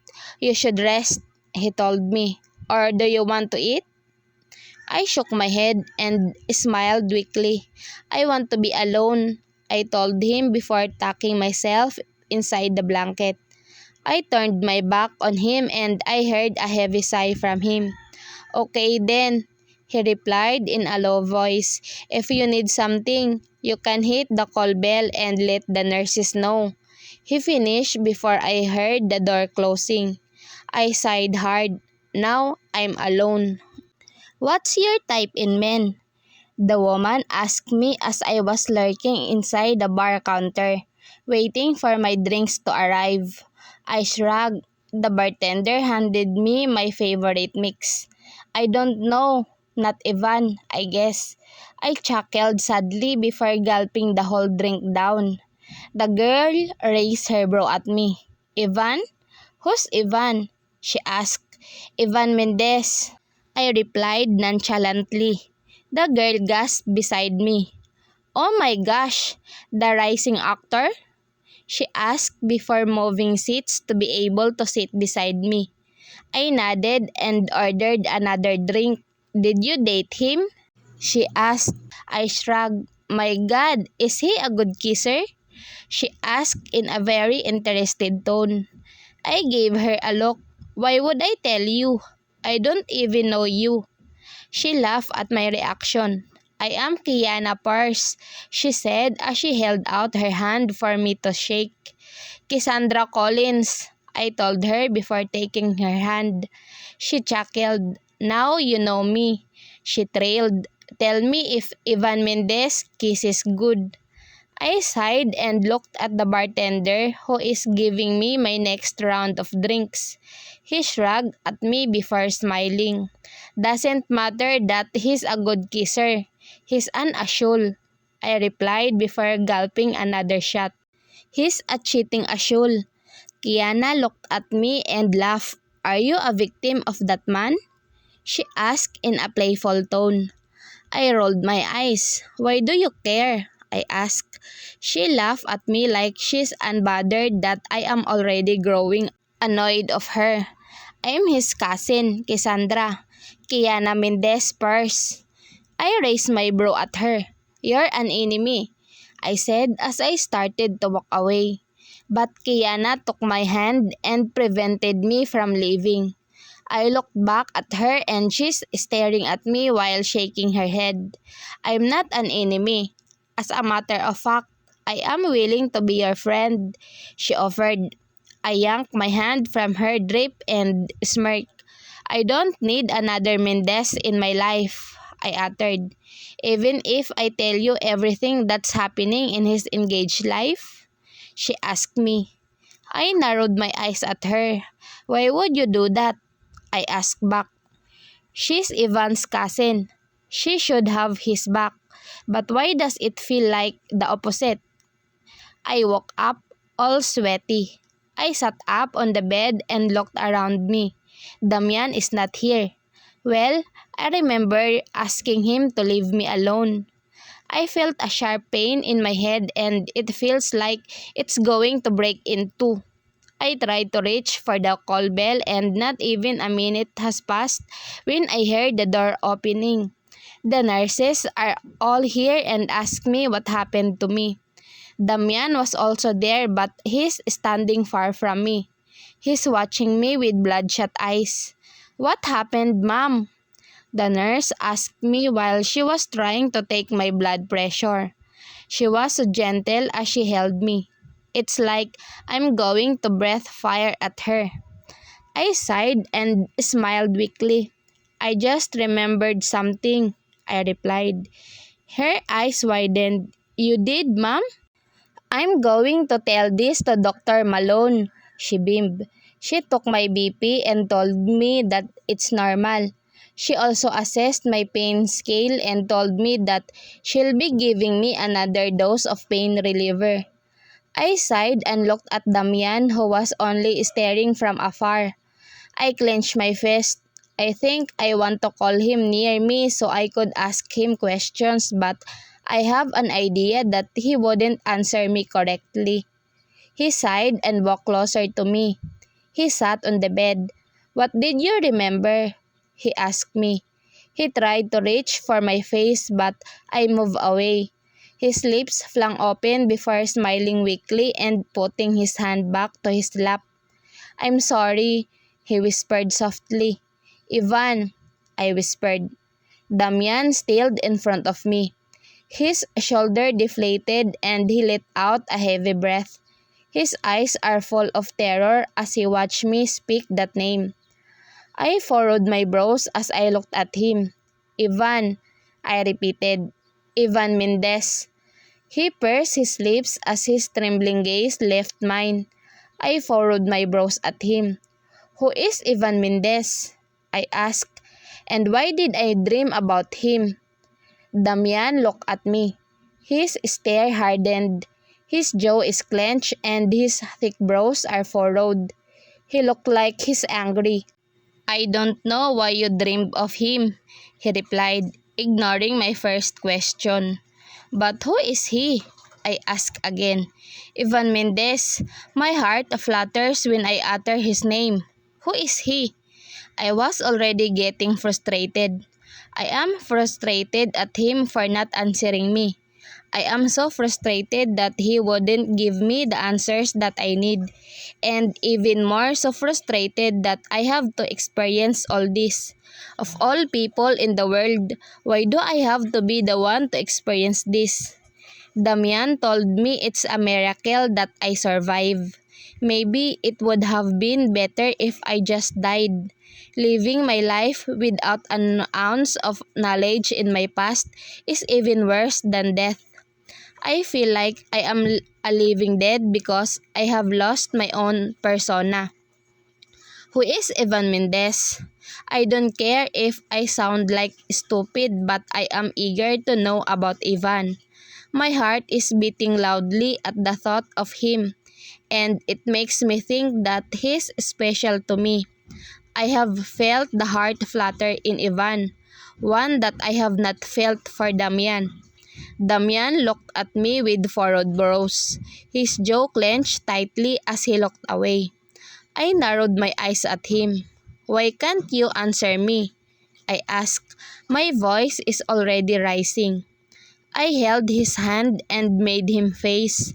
Anger is building up in my system. I am already impatient.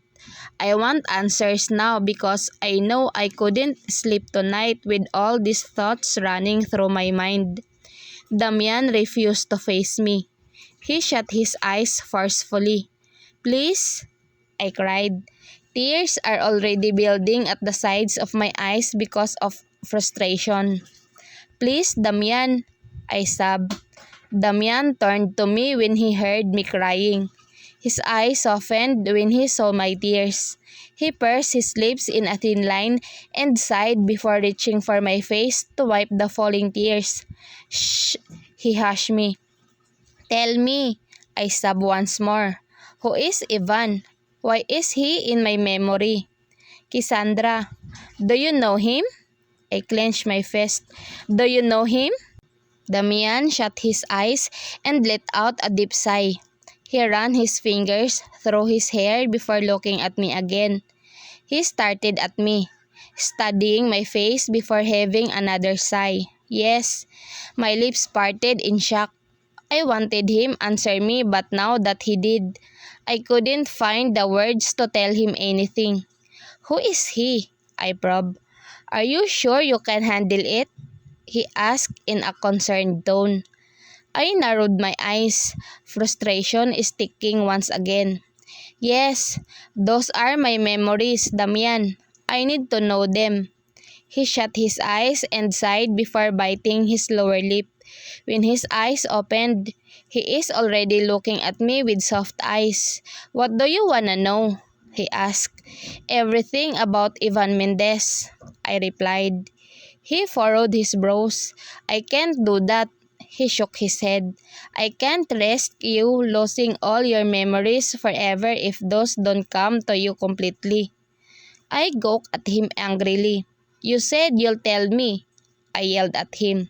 Damian sighed.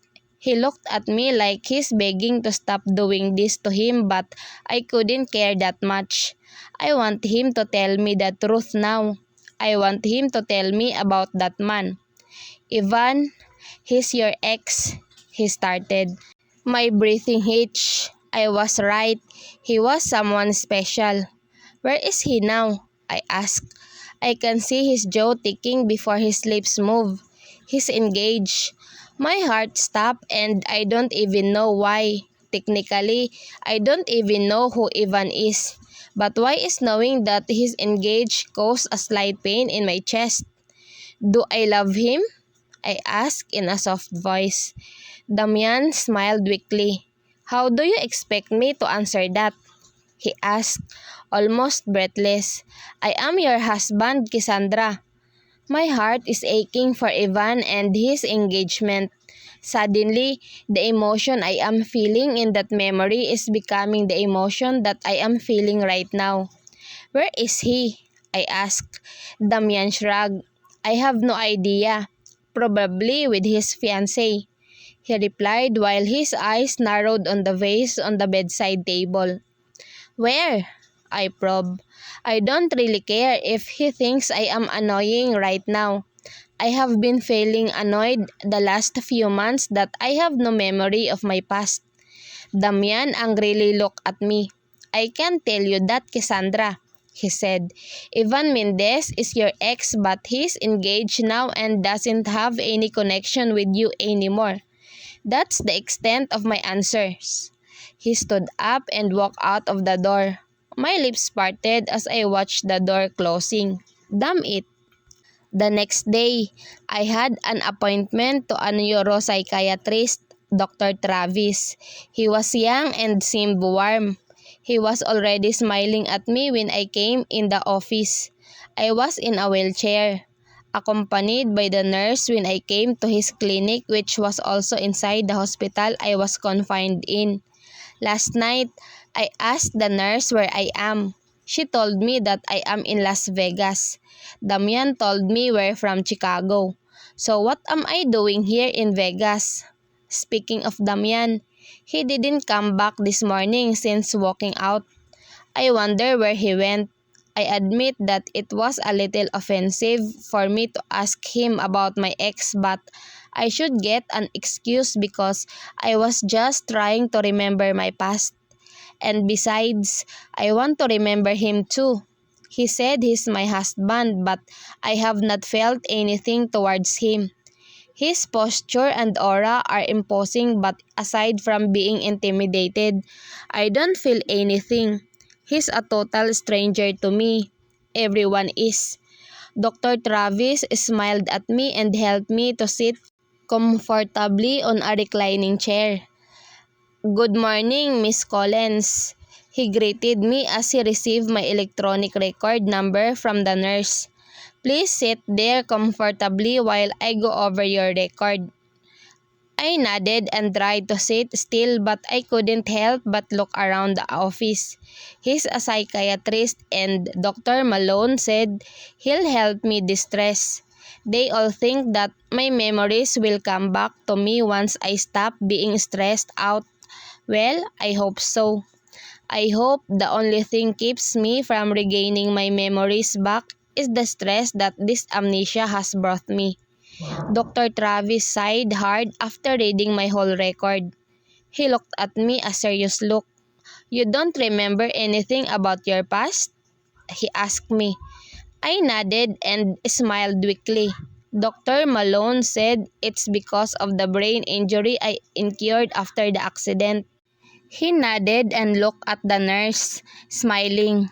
I hope you can wait outside, Miss Maureen, he told her. Miss Collins and I will have to talk about something in private. The nurse nodded before leaving us in the room. Dr. Travis smiled. I'm sorry, but it is in our oath to practice client privacy at all times, he told me. If you are not yet comfortable, we could ask Miss Maureen to come back. I smiled and shook my head. I want to deal with this the right way, Dr. Travis, and I want to regain my memories as fast as possible so I could get on with my life, I explained. He nodded and leaned on his table. That's good. So shall we start? He asked me. I nodded. Dr. Travis let out a heavy sigh. Can we start by me asking you how you're doing? He asked in a gentle voice. oozing with professionalism. I smiled weakly. "I don't know," I replied. "I have been nothing but confused ever since I woke up from a long coma." He nodded. "What was the difference with what you have felt when you first woke up and right now?" He asked again. "Do you think you are slowly getting the gist of the situation?" I swallowed and shook my head. "Last night, I woke up after dreaming of a memory," I started. "I remembered Ivan Mendez, and I asked my husband." I trailed because I feel so awkward referring to him as my husband. Dr. Travis gave me an encouraging look. He didn't say anything, but his expression almost told me that I should continue. I smiled weakly. I asked him if he knows about Ivan. I sighed hard. "Did he tell you who that Ivan is?" I nodded. "He said he's my ex-boyfriend," I replied. Dr. Travis nodded. "Are you bothered by it?" he asked. I looked at him, confused at what he asked me. "I mean, are you bothered because you can remember your ex but not your own husband?" I swallowed hard as his words hit right through me. "I am beyond bothered because why would I remember an ex but not my own husband? If he really is my husband, then I must remember him, or at least feel something for him, but I don't. I don't feel anything at all. It does, right?" Dr. Travis questioned, and I had no choice but to nod because he's right. He smiled at me. "Do you think your husband is lying?" My eyes widened as he blurted out the question that has been lingering in my head for the longest time. "I don't trust him." Dr. Travis nodded. "You don't trust him yet because he is still a stranger to you," he stated. "I can't trust him because he's not the man I have recalled first," I started to explain. "Because if really love him and he's really my husband, then why would my ex be the first person in my memories?" Dr. Travis pursed his lips and paused to think. "Well, based on my experience with the clients having the same case as you, the first thing that they recall is the memory that made a life-changing impact in them." I looked at him and attentively listened. "If it is the same with your case, then it means that Ivan is one of the persons who gave the greatest impacts in your life," he continued. "The impact could be good or bad." Dr. Travis brought out a notebook and handed it to me. "You can write down your memories here," he told me. "Some people with amnesia experience difficulty in learning new things. That's why most of them couldn't go back to their old lives." He also handed me a pen. "However, those are my geriatric clients. In your case, you're young, so you have a good chance of recovering all your memories." I narrowed my eyes at him. "I could recover all my memories?" I asked in confirmation. He smiled. "That is up to you," he replied. "Sometimes, when you get tired or try put a lot of strain on your brain, you might feel a searing headache, and that would disrupt your brain activity." "So you mean I can't force myself to remember?" He nodded. "Usually, the memories all come back naturally. Most of our clients have even relocated to some places with less stress because that's one of the things that could help them bring their memories back." "My husband said we live in Chicago," I told him. "Should I go back there to see if I can regain memories by going back to the places I have been before?" Dr. Travis nodded. "Yes," he replied, "but there are risks for that," he warned me. "Sometimes, the places you have been before are triggers to your brain. They could cause you to experience headaches and even fainting." He looked at me intently. In your case, Dr. Malone and I don't advise you to go back to Chicago just yet." My lips parted in disappointment. I am somehow excited to go back. He smiled kindly. "We are going to observe you first, and if we think that it's time for you to go back, then we will advise you and your husband." I bit my lip. "Will I be living with my husband?" I asked him reluctantly. I don't remember him now, and the thought that I'd be living with him is already giving me chills. I don't know if I can handle being in the same roof as he is. Dr. Travis looked at me intently. "Do you not want to live with your husband?" he asked me. I bit my lip and shrugged. "I don't know," I replied. "He's a stranger to me and I don't really trust him that well," I explained. Dr. Travis nodded and smiled. "Then we'll see what we can do. We will talk to Damian." "No," I cut him off. Suddenly, I am scared of what Damian would think of me if the doctors talk to him about living in as separate as I am. "I'll think about it first," I told him. He nodded and smiled. "Well, then it's good. You can just tell me about your decision when you're ready." I nodded and let out a sigh of relief. "So now, we'll be talking about some of the things that could help you relieve your stress," he began, and then educated me on the things that could relieve my stress in relation to my condition. The session with Dr. Travis lasted for 3 hours, and when I got back to my room, I saw Damian sitting on the couch. The TV is on and he's watching some news on business. He immediately looked at me and turned the TV off when he saw me. He stood up and helped the nurse in assisting me back to the bed. He fixed the blanket and smiled curtly. "Did the session go well?" he asked me. I looked at him and saw him staring at me intently. I nodded. "Where did you go last night?" I asked. For some reason, I am still guilty that he had to leave because I kept asking him about my ex. Sure, I have doubts about him, but I feel like I have betrayed him by asking him about Ivan. "I need to let off some steam," he replied. "Did you sleep well?" he asked, changing the topic. I stared at him. He must have felt angry about my questions. If what he's saying is true, if he's really my husband, then it must really painful for him. "I'm sorry about what happened last night," he said in a soft voice. I narrowed my eyes at him. "Why are you apologizing?" "I should be the one apologizing. I asked him about my ex. I begged him to tell me about Ivan.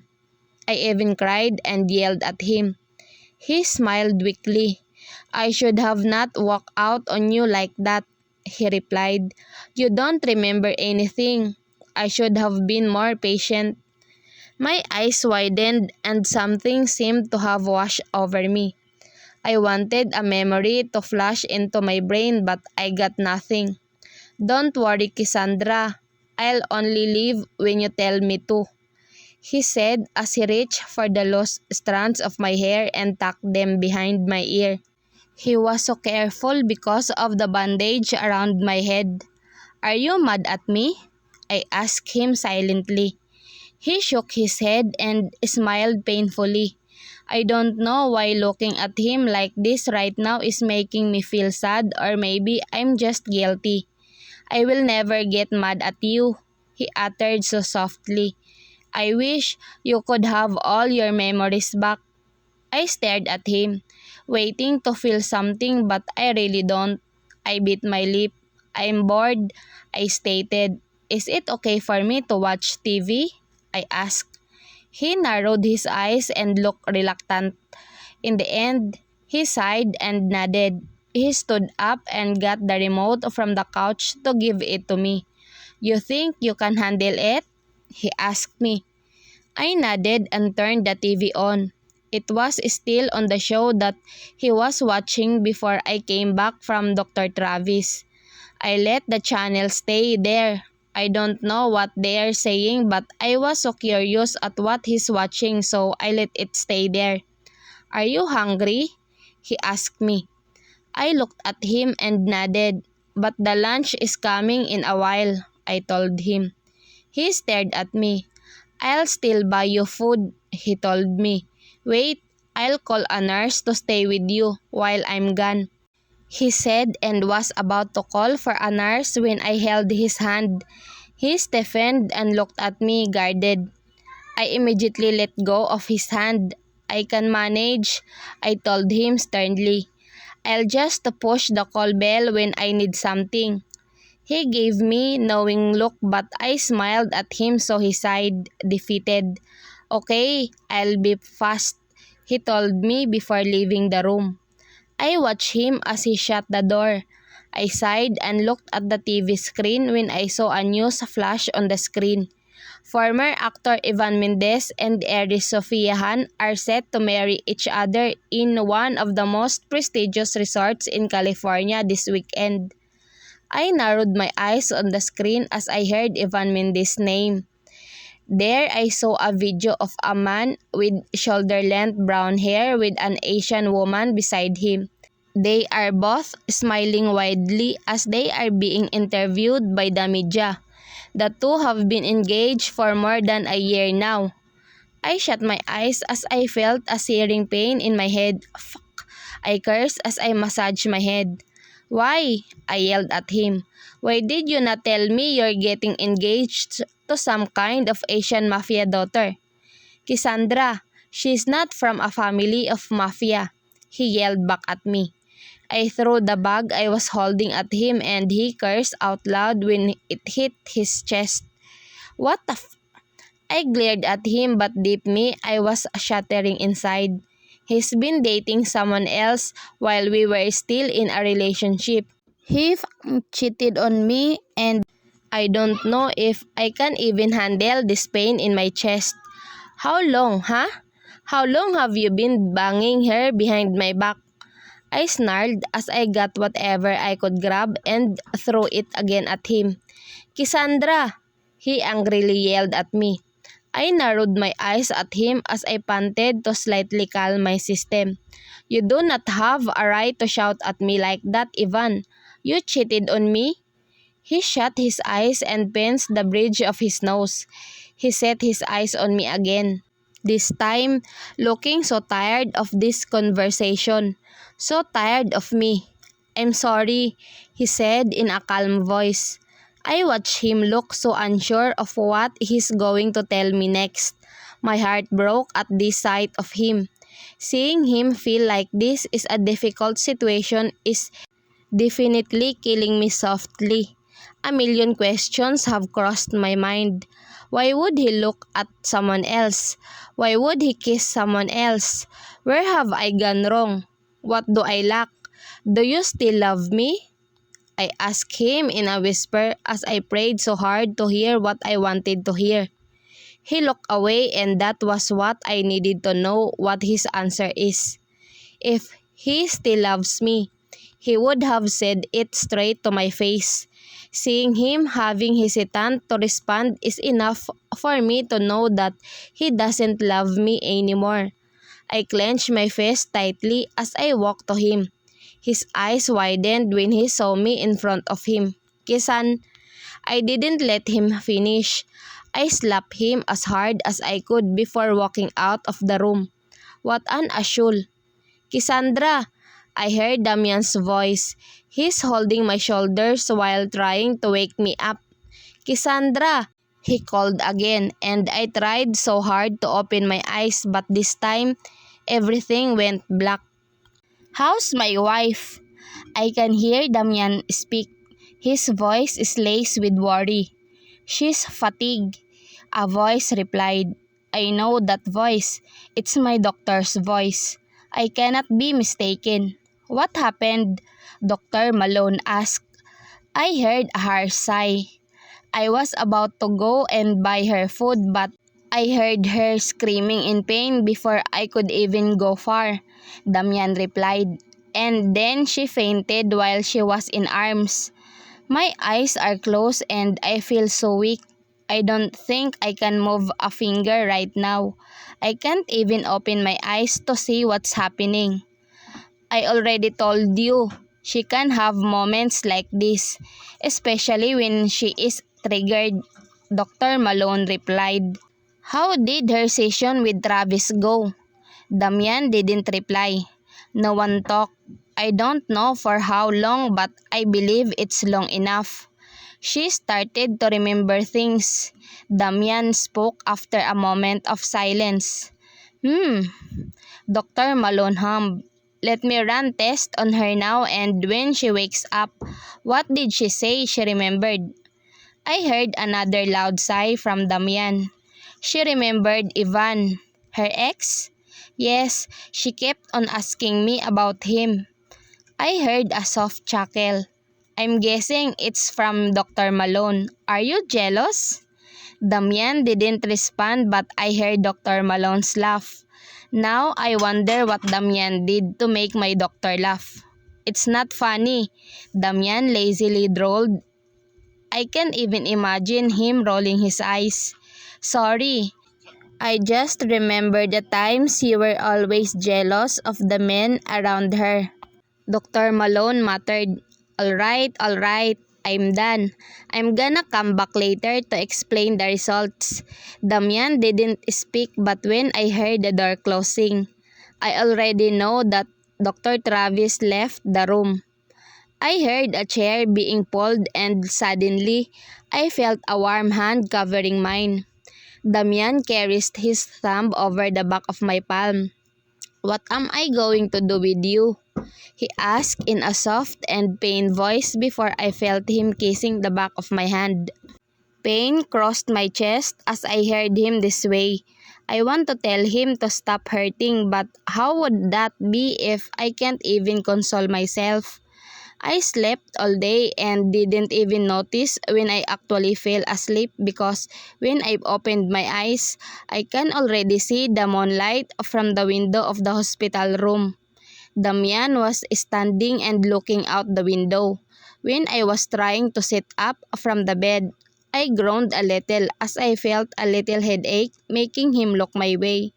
His eyes widened when he saw awake and he automatically and quickly ran to my side to help me move. I looked at him, staring at me with a concerned look. I forced a smile to slightly alleviate his worries. Thanks, I said weakly.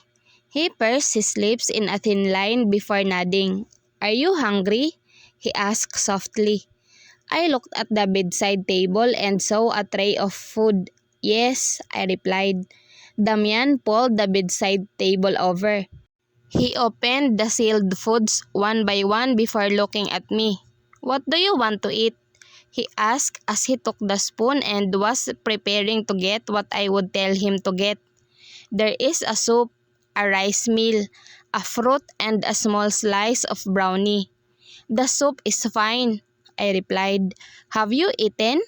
I asked him. He's still wearing the clothes he was wearing yesterday. I know that he stayed all night and watched over me. And now, I'm not really sure if he already had eaten his dinner. Damian nodded. I had my cup of coffee, he replied as he took the soup and blew on it for it to cool a little. He stirred it with a spoon before trying to feed me. Damian, I can do it, I told him, hesitant to open my mouth and let him feed me. He didn't respond. Instead, he moved the spoon closer to my lips, leaving me with no choice but let him do what he wants to do. The soup was tasteless, as usual hospital foods taste like. I wanted to comment on that, but I don't want Damian to get me something else. Now that I'm feeling like this, I wonder what Damian's job is. I'm sure the operation and my hospitalization for weeks are already expensive. I wonder if we have the means to pay. which leads me to question why we're staying in this spacious room. How much is this room? I asked him. Damian shook his head. Don't worry about it. I can pay. He replied and continued to feed me. I frowned at him but took the spoon in. I swallowed the bland soup. But the bill must be high now that I'm already here for almost a month, I told him. And I have a lot of therapy sessions. I have a lot of medicines and different doctors. I am already thinking of what I can do once I get discharged to help you pay the bills. No need, Cassandra. Just rest here as long as you could. I will handle the bills, he said in a serious tone. His eyes are zeroed on me as his jaw tightened. But, shh, he silenced me. Don't worry about anything else and focus on your health now, Cassandra. Please? I pursed my lips in thin line as I looked at his pleading face before nodding just to pacify him. But then, I can't still stop myself from thinking of our finances. I don't even know why I am doubting his identity. Would someone want to pay for the hospital bill of a stranger? I don't think so. I'm sorry, I told him. I know I am a big burden to you. He shook his head. He placed the soup bowl down and held my hand. It's okay. Don't think about the money. His deep brown eyes bore in mine. But I just don't want you to strain yourself. Your memories. They will come back. I'm sure of it. Just don't push yourself too hard. I sighed and smiled at him. Are you working? I asked. He stopped and nodded. Yes, so please don't mind the expenses. I can provide for you. What's your work? I asked again. He pursed his lips in a thin line and gave me a look before sighing. Office work, he replied. I have savings, so don't worry about the bill. I puckered my lips and looked at the food in front of me. Even when he has a lot of savings, he must have taken a leave from work so he's not earning right now. I need to find my work when I get a go signal to work. Don't think about it, he told me. I nodded and then I remembered what I saw on the TV that caused a memory to flash back inside my mind. Ivan is getting married to a rich Asian heiress. I shut my eyes and winced a little because of a passing headache. What's wrong? Damian asked me. I massaged my temple before looking at Damian. Actually, I saw something on the news. I trailed. His jaw almost automatically ticked at my tone. Ivan Mendez is getting married, I said softly. Almost shy and ashamed because I know where the guy stands in my life now. He took a deep breath. Okay, he replied. I feel like he wants to say something else but chose to remain silent and listen to more of what I am going to say. I also had a flashback of memory after. I said carefully but I can already see his eyes narrowing. I was shouting and throwing things at Ivan. Damian looked away. He took several deep breaths before looking back at me, nodding. I stared at him, trying to observe and analyze what his expression meant, but all I get is an unreadable one. He's not showing me anything. I think that was the moment I broke up with him. I continued because I want him to know everything. Okay, he said in a raspy voice. I'm sorry. I bit my lower lip. He shook his head. Don't worry about me. I want the best for you, Cassandra. The way that he called me made my heart ache. My name sounded so sad and it feels even sadder because I know I couldn't do anything to make it all okay. I am a girl with lost memories. I can't remember most of my past. I can't even remember the moment Damian and I met, how we fell in love, How we got married. I stopped. Love. I'm Miller. What's your name? I blinked thrice. Damian is staring at me with concern written all over his face this time. My heart is pounding so hard as I shook my head. That voice, my heart is beating painfully fast at that quick flash of a sudden thought. I want to tell Damian about it, but I was so stunned that I can't really think straight. What is it? Another memory? Damian asked frantically. He was about to go out and call someone when I held his arm and made him stay. Miller, what? Damian asked. Cassandra, you're making me worried, he told me. I looked at him and shook my head. I'm fine, Miller. I just can't take it off my mind. Now that name, it seemed to have a lot of impact with me because it is making me all nervous all of a sudden. And it makes me feel really scared to tell Damian about this because I can feel deep inside the Miller is not just a man in my life. Damian didn't seem to believe me, so he took his phone and personally called Dr. Malone. Hello, can you come here now? He asked in an authoritative way that I was almost shocked that he could talk to my doctor that way. Okay, yes, she's awake. All right, thank you. He looked at me. Your doctor is coming, he said. Cassandra, please tell me what hurts, okay? Or if you can't tell me, you can tell Dr. Malone. I nodded. I'm going to tell Dr. Malone later, but I am not sure if I can tell it to Damian's face. Ivan Mendez was the first man I remembered. And then now, Miller. I don't know anything about this man, but after what happened to Damian, when I asked him about another man, I don't know if I still have the guts to ask him about a new one. I spent the whole time, while we were waiting for Dr. Travis to come, trying to convince Damian that I am fine. My head is not aching anymore. I still feel a little weak, but I know that all I need is rest for me to renew my strength.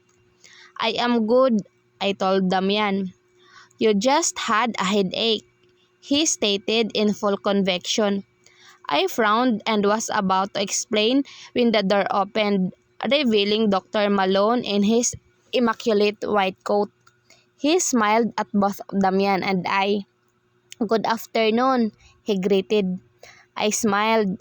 Damian stood up from his seat and walked straight to Dr. Malone. She's having more flashbacks now, he said without even greeting the doctor. My jaw dropped at his loss of politeness. I looked at Dr. Malone to somehow show him to be patient of my husband, but he was just grinning meaningfully at Damian. Dr. Malone turned to me. Is that true? He asked. I nodded. He came to me and checked my heart rate and lung sounds with his stethoscope. He also used his pen light and checked my pupils. Normal heart rate, normal breathing and lung sounds, normal pupillary reaction. He turned to Damian. I have also interpreted the results of the labs that were done this morning. He smiled at me. They are all normal. It seems like you have strained yourself with a session. I pursed my lips in a thin line. I had a flashback, Doc. That happened before I fainted. Damian narrowed his eyes at me. Dr. Malone nodded. What were you doing before you had the flashback? He asked. Even from across the room, I can see Damian's jaw clenching. I tore my gaze off him and looked back at my doctor. I just came back from my visit to Dr. Travis. I was watching TV and saw a news about Ivan Mendez getting married in California. Dr. Malone stilled for a moment. He pursed his lips tightly and nodded. Okay, I see, he mumbled. Anything else? He asked even though I know that he's still stunned at what I told him. Miller, I thought. But then I looked at Damian, who's already looking so uncomfortable about the topic, so I pivoted. I shook my head. Nothing else, I replied softly. Dr. Malone nodded. Fragments of your memories are going to flash in your mind when your mind is triggered, Cassandra. But that would also cause you throbbing headache or worse, loss of consciousness. So I suggest you don't force yourself to remember what you can't remember. I nodded. I know that Dr. Travis told me the same thing, I replied. He nodded. Do you have any more questions? Dr. Malone asked. I nodded. When can I go home? I asked. Damian shut his eyes tightly and let out a heavy sigh. You're still recovering, Dr. Malone said. I sighed. I know, Doc, but I feel like I need a change in surrounding. Also, the bills. I told them, and that made Dr. Malone raise his brow at Damian. He must be thinking that Damian is the reason why I asked that question. Well, it's partially true because I don't want him to spend so much on my hospitalization. Dr. Malone nodded before looking at Damian again. Did you agree with this? He asked. Damian shamelessly shook his head and I almost rolled my eyes at him. He looked at me and walked closer. Let's stay here until the doctors approve your discharge, okay? He asked. He carries my hair softly. We'll fly back to Chicago when you're okay and cleared for travel. His voice was so soothing to the point that I don't think I can ever say no to that. I slowly nodded and that made him smile a bit. All right, Dr. Malone said, and both my husband and I looked at him. If that's the case, then I'll see you again tomorrow morning. Damian nodded. Thank you, he uttered before Dr. Malone went out of the room. You're so hot, a raspy voice said as I felt feather kisses on my neck. I whimpered when I felt his hand on my inner thigh, caressing it until it reached my heated center. Please? I heard him chuckled on my ear. Please what? He asked as he slowly inserted his fingers inside my underwear. He flicked his finger on my clit, making me moan out loud. Me, I said breathless. He bit my earlobe. How do you wanna be, baby? He asked as he inserted a finger inside my core. Oh, I arched my back as I felt him crook his fingers inside me. I closed my thigh, wanting to feel him there even more. Oh God, he chuckled as he parted my knees widely with one hand. I'm no god, baby. My name is Miller, he whispered before crushing his lips onto mine. My eyes opened abruptly and all I can see is Damian's worried face. He held my hand and removed the hair covering my face. What happened? He asked. My forehead is covered with beds of sweat and my heart is beating so loud as I remember that. Was that a dream or a memory? Damian cupped my face. Is your head aching? He asked concerned. I swallowed and looked away. Damn, I couldn't look at him and tell what that was because I am pretty sure he'll go mad. Nothing, I said as I tried to sit up. I looked at the window and saw sunlight. What time is it? I asked. Damian sighed. Almost 6 in the morning, he replied. He held my hand and I looked there. You were having a bad dream, he said in a stern voice. I gulped. Exactly. Maybe that was just a bad dream. But damn, the way I dreamed it feels so real that I could almost feel his lips on my skin. Should I call the nurse? He asked. I shook my head. I am not telling anyone about that dream. It's just too embarrassing. I'm fine, Damian. Just a little hungry. I reasoned just so he would stop with that topic. He clenched his jaw and nodded. He walked over the table and pulled it to the bed with a tray of food. I wanted to tell him that I don't like the taste of the hospital food, but I don't want him spending another penny on food. He's going to spend a lot on the hospital bill. "What do you want to eat?" he asked. "Are you sure you're not going to eat?" he asked. My back is turned on him as I was putting on my clothes. "I'm not hungry," I replied coldly. I could feel him walking closer to me. "But you're tired." I shut my eyes and inhaled a sharp breath. "I'm fine." I was about to put my bra on when I suddenly felt his arm snaking around my waist from the back. His breath is hot on my neck as he planted a kiss there. "Miller," I whispered. He chuckled lowly. "What time am I going to fetch you?" he asked in a soft voice. I shook my head. "I can handle," I replied. "I'll drive my car." He hummed against my skin. "Or we can use mine," he suggested. "And then we'll eat dinner after your thing." My heart is booming against my chest. He's overpowering my emotions and I couldn't do anything but nod and be submissive. I looked at his hand on my stomach. I held it and I felt him tighten the hug. "Okay, then it's settled. I'll fetch you," he chimed. "What time will finish, baby?" I gulped. "The performance ends at 9, I replied. His thumb carries my stomach and suddenly I felt wide butterflies in my gut. "Okay," he kissed my shoulder. "I have a meeting until 8 this evening. I will fetch you at 9, I nodded. "We'll eat dinner and then we'll go straight to my place." His whisper sent a million shivers to go down my spine. "Cassandra." Damian held my hand, bringing me back to reality. I looked at him and realized one thing. My head didn't hurt. I didn't tremble on the memory. I wanted to tell him that, but I am scared that he would ask me what I remember. I don't think I can tell him about what I remember. "You're spacing out," he said. "Is something wrong?" I smiled and shook my head. I looked at the tray instead and saw the meal that hospital provided.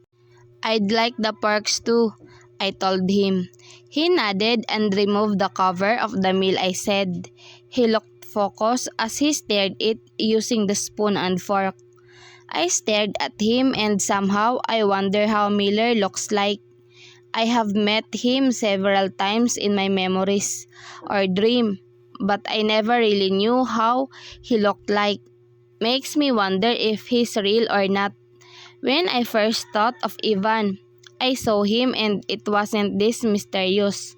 Miller is full of mystery, but at the same time, I feel more for him than Ivan. I feel more for him than Damian. Damian scooped some of the stew and mixed it with rice. Then he lifted his face and looked at me with careful eyes. He raised the spoon close to my lips. "You have to eat rice. You haven't eaten anything than the soup this morning," he told me in gentle voice. I nodded and opened my mouth for the food. I chewed and nodded approvingly. "Honestly, this is better than the soup this morning. Sure, it lacks a little flavor, but at least I can taste something." "Is it good?" he asked as he wiped the side of my lips with his thumb. I nodded and smiled. "This is better than the soup," I confessed. He smiled and chuckled lowly. "Don't worry, I'll buy you food outside from now on. Anyway, I asked Dr. Malone if you can eat anything and he said that you can." I looked at him and somehow, something in me ached. "You don't have to buy something else. I'll eat what the hospital will give me." He shook his head. "You don't seem to like it," he replied. Later, while you're in session with Dr. Travis, I'll go and buy you food.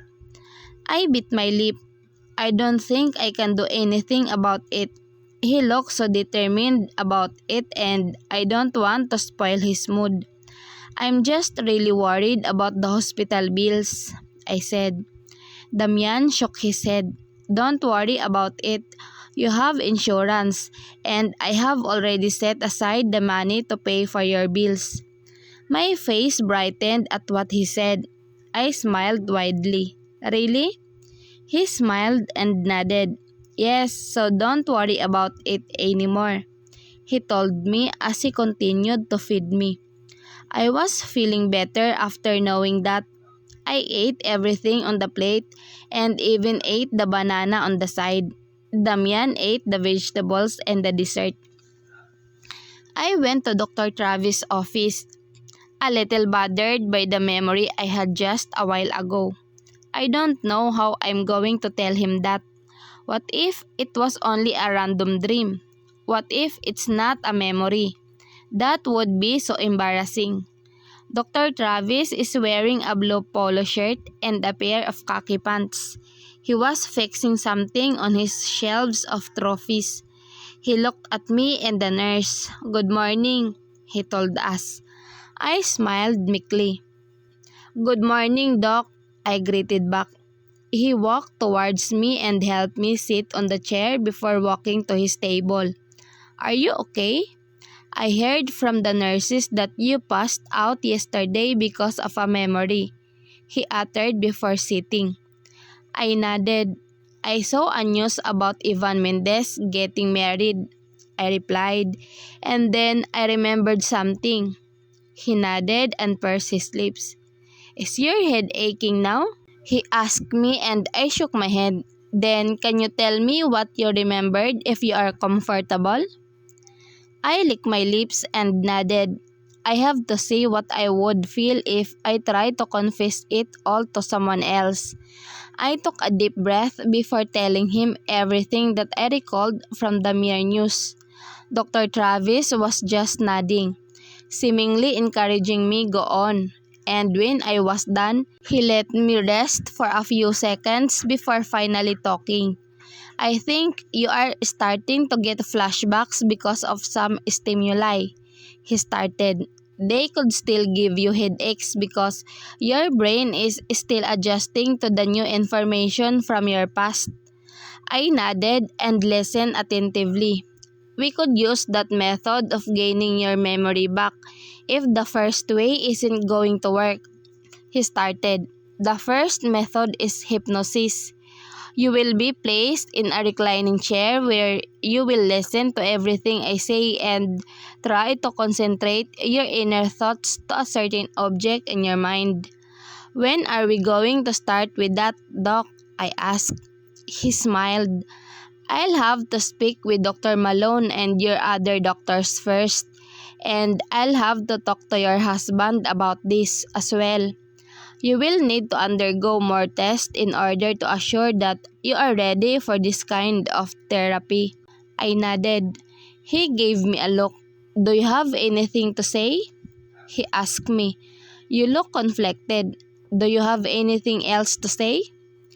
My mind was suddenly filled of that lewd memory of me and Miller. I don't know why that memory popped out or how it happened. Dr. Travis smiled at me. Are you feeling comfortable? I pursed my lips in a thin line as my heart started to pound under my chest. I trailed, contemplating. He nodded at me to encourage me.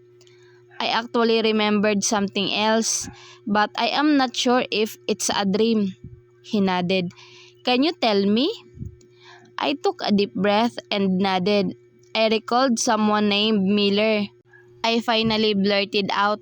I don't know how it happened, but I dreamed of him and me. Maybe I should stop here. Are you curious about Miller? He asked me. I nodded. My heart beats fast when I think of him, but I don't think I can ask my husband about him. I don't want to ask him about different guys because of what happened when I asked about Ivan. Dr. Travis nodded. What happened then? When you told him about Ivan? I smiled weakly. He walked out, I replied. I think he got mad at me because of how desperate I was to know about Ivan. Dr. Travis just smiled at me. Damian has sacrificed a lot for me, I told him. I am even feeling bad that I have been a burden to him. After talking to him yesterday and this morning, I feel really guilty for doubting him. Do you still feel doubts about his identity now? Dr. Travis asked. I paused for a moment before nodding, but not as intense as the doubts I felt about him yesterday. I cleared. I still wonder why I don't have flashbacks about Damian. Dr. Travis cleared his throat. It may take long for some memories to come back, he told me. But about this Miller, can you tell me more about him? Do you see his face? I shook my head. Just a silhouette. And me calling his name, I replied. He sighed and nodded. Okay, I still think it's a good and fast progress from you because it only took a few days until you remembered some fragments of your past, he told me. Did you use the notebook that I gave you? I nodded. I wrote it down when Damian was in the restroom. Great. Continue doing that because that will help you connect the dots in the future, he told me. I nodded and then we proceeded to some distressing techniques once again. Days has passed and I have been feeling better physically, but the emotional turmoil inside me is still as intense as ever. I still can't find Damian in my memories. I have been thinking about that man, Miller, and I would be lying if I said I didn't think about him more times than I have to. I'm already feeling guilty that I remember other guys but not my husband. Damian came inside the room with a box of donuts in his hands. I narrowed my eyes at the food he placed on the table. Those are expensive donuts. So, is he really serious about having a lot of savings? Yesterday, a staff from the finance department came in to give us the standing bill. Damian got mad at her and told her that he doesn't want her coming here to update us. I'm sure he's thinking about me. I'm already so stressed about the bill and I have seen at least 7 digits in bold numbers. 7 freaking digits. And now he's even bought me expensive donuts. He's also buying flowers every day to change the ones in the vase. He's been spending a lot on trivial things. And it's already making me anxious and guilty because he's spending a lot on me even when I don't even have a glimpse of him in the fragments of memories that I am remembered. You didn't have to buy me that, I told him. I told you, I can eat the hospital food. He pursed his lips and shook his head. You love donuts, he told me. I thought it might help you. You're so stressed right now. You need some comfort food, he told me as he handed me one matcha-flavored donut. My eyes then went to the letters written on his shirt. Balmain, Paris. I narrowed my eyes.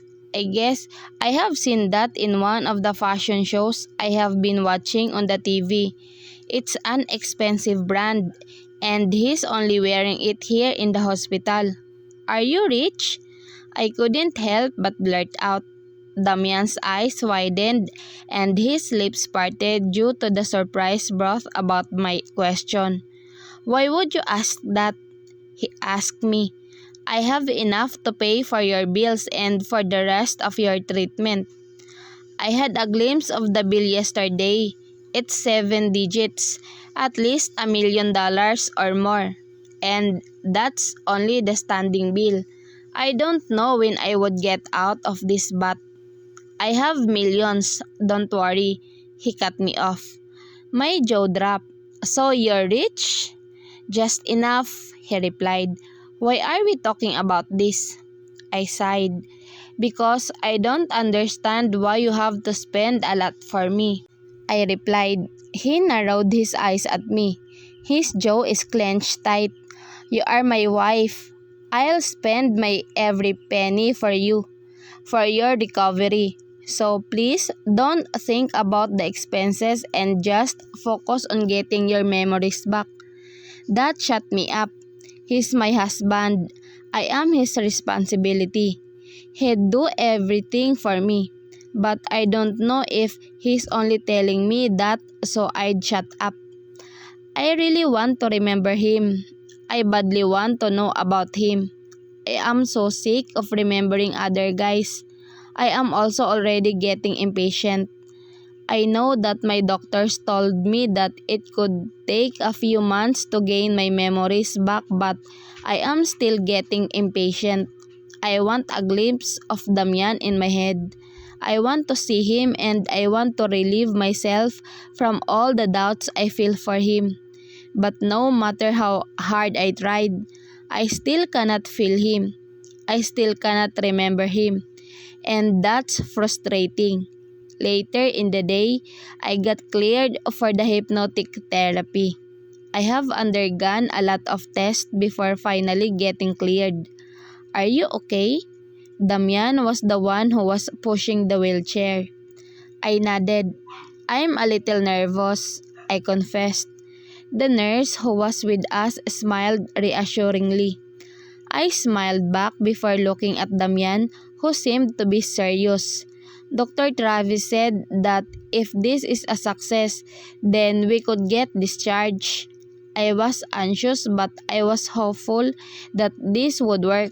I want to finally get out of this hospital and be home. Although I don't know where my home is.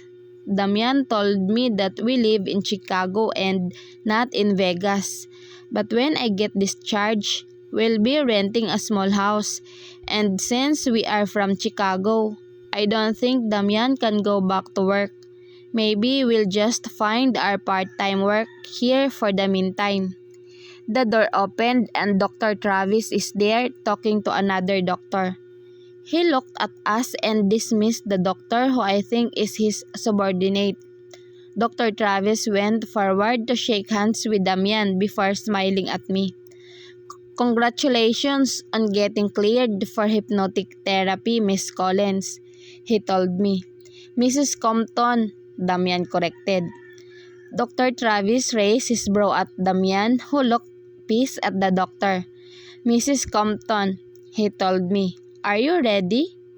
I smiled weakly and shook my head. I'm a little nervous, Doc, I told him. He chuckled and nodded.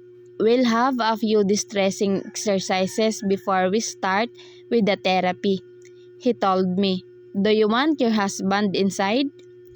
I looked at Damian, who has his eyes narrowed at Dr. Travis before shaking my head.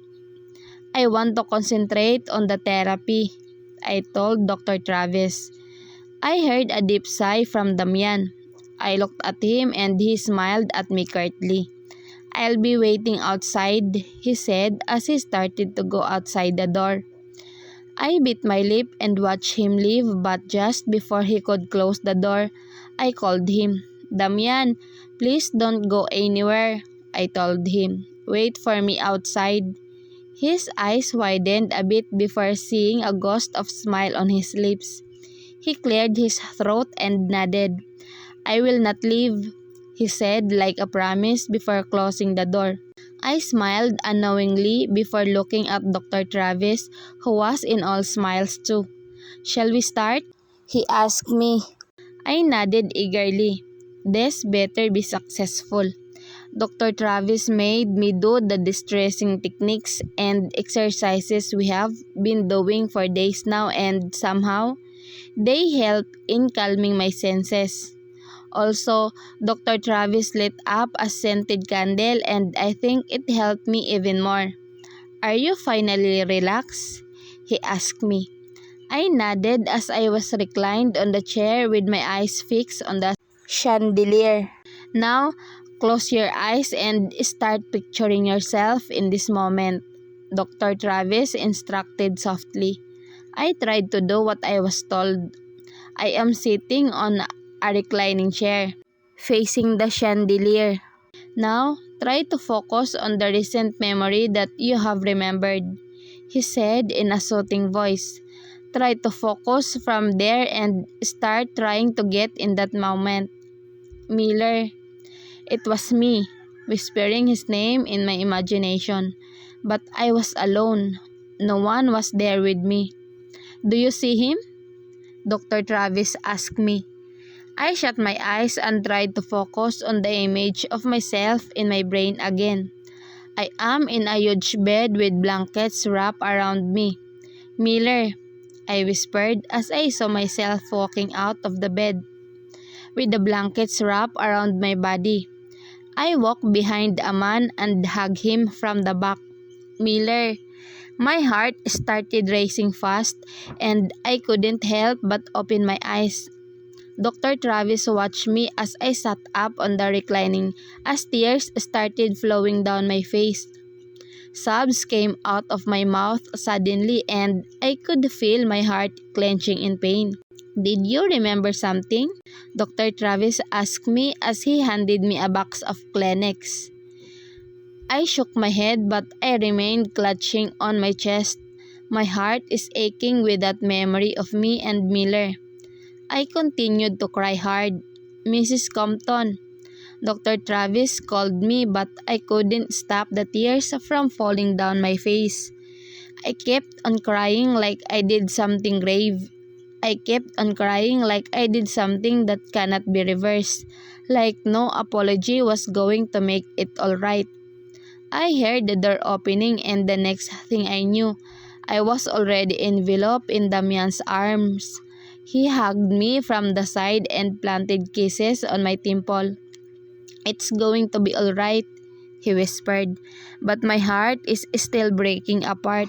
I don't think anything would make me feel okay now. I don't even know why that memory suddenly brought this intense pain to me. Damian caressed my back and whispered repeatedly that it is going to be alright. I remained in his arms, crying and nursing an aching heart.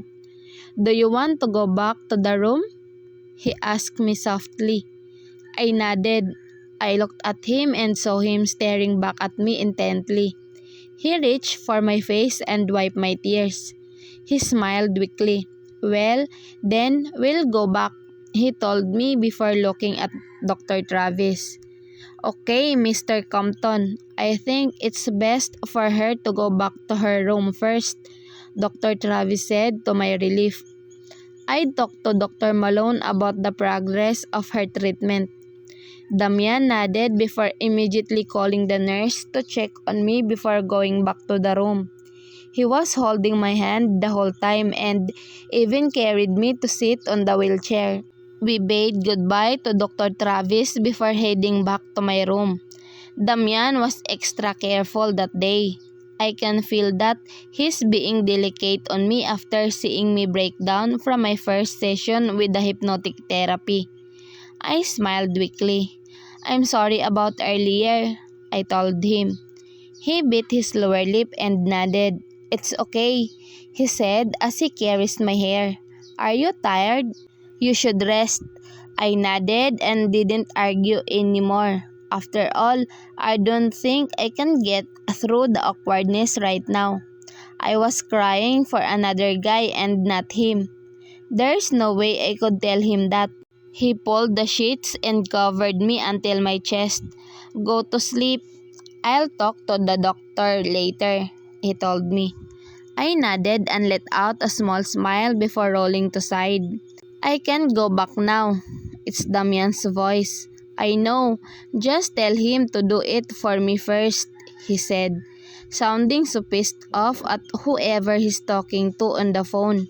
We can't go back to Chicago yet. Cassandra is still recuperating. I tried to not stare in my sleep.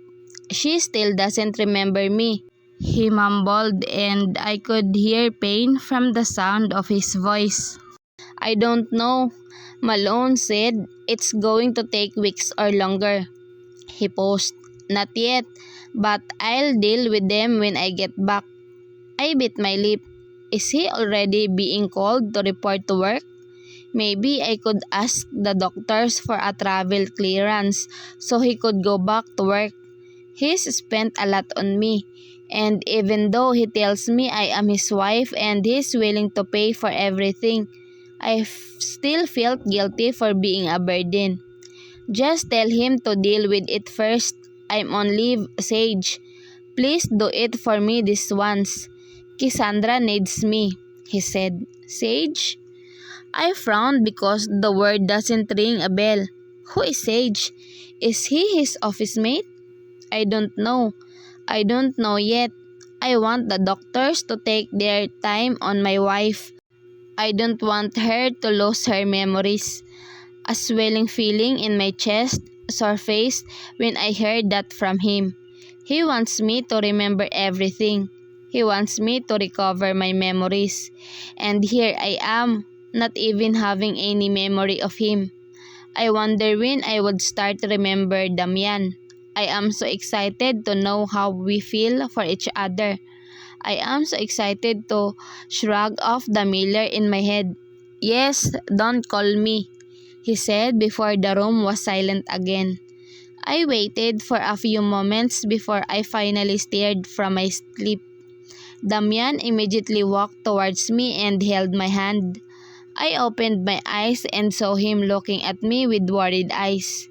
I smiled weakly and started to sit up on the bed. Are you okay? He asked me. Did you get a lot of rest? I nodded. What time is it? I asked.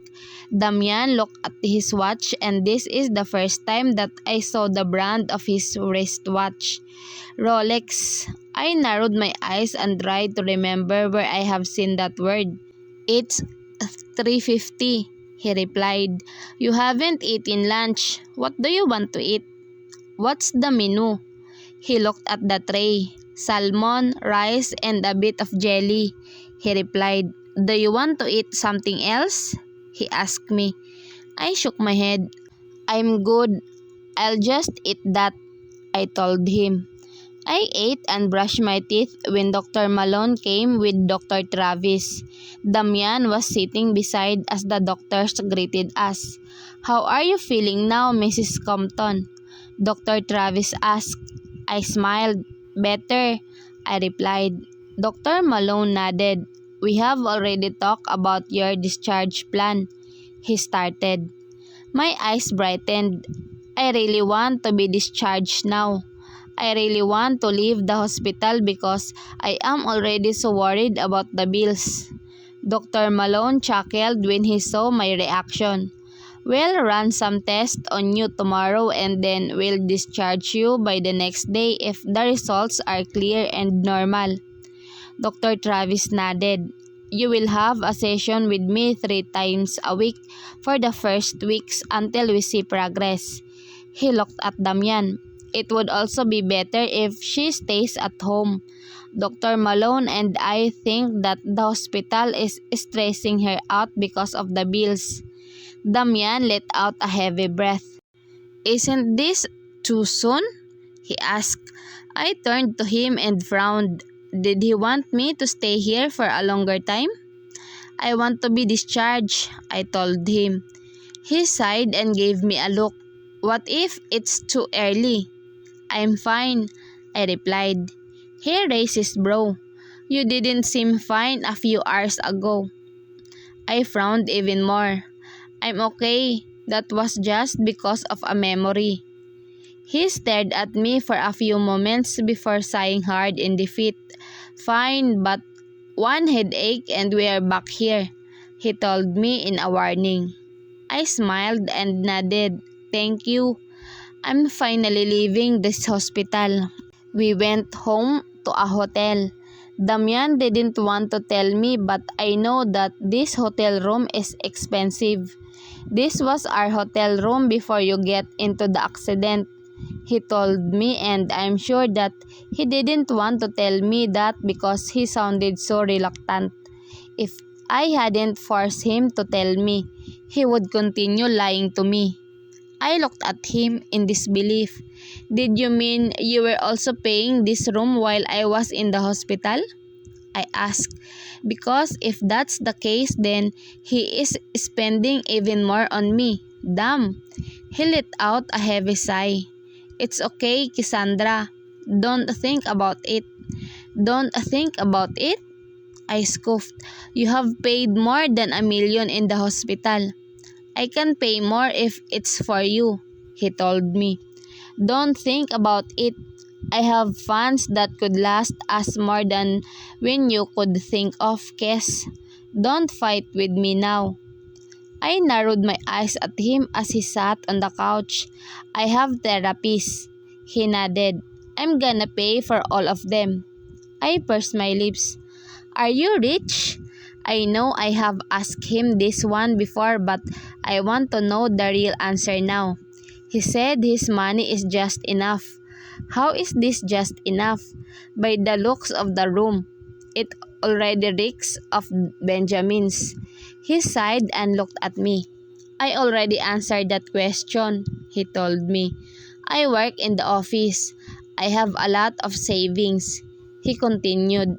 You won't have to worry about the expenses because I already got them all covered. He's really not giving me the answer I want. Well, I let him be. When I gain my memories back, everything will fall back into places. I went to the bedroom. We only have one bedroom. Does it mean we'll share one bed? I sat on the edge of the bed and looked at the ring on my finger. I caressed it in high hopes that doing so could make me remember even fragments of my past. But it didn't give me anything. I sighed hard and walked over the closet. It's full of clothes segregated by their colors. I had my own side and Damian has his. I ran my fingers through the clothes and my eyes widened when I remembered that scene in my mind while on my hypnotic therapy. I looked at the bed. My stomach is churning, but I know that was me who just had, and I called on to Miller. I even hugged him from the back. I looked back at the bed and realized that it somehow looks familiar. Is the same bed in my memory? Or do all beds look like that? I stopped thinking about and held on to Dr. Travis told me. The memories will come back again naturally. I don't have to force them to come back to me.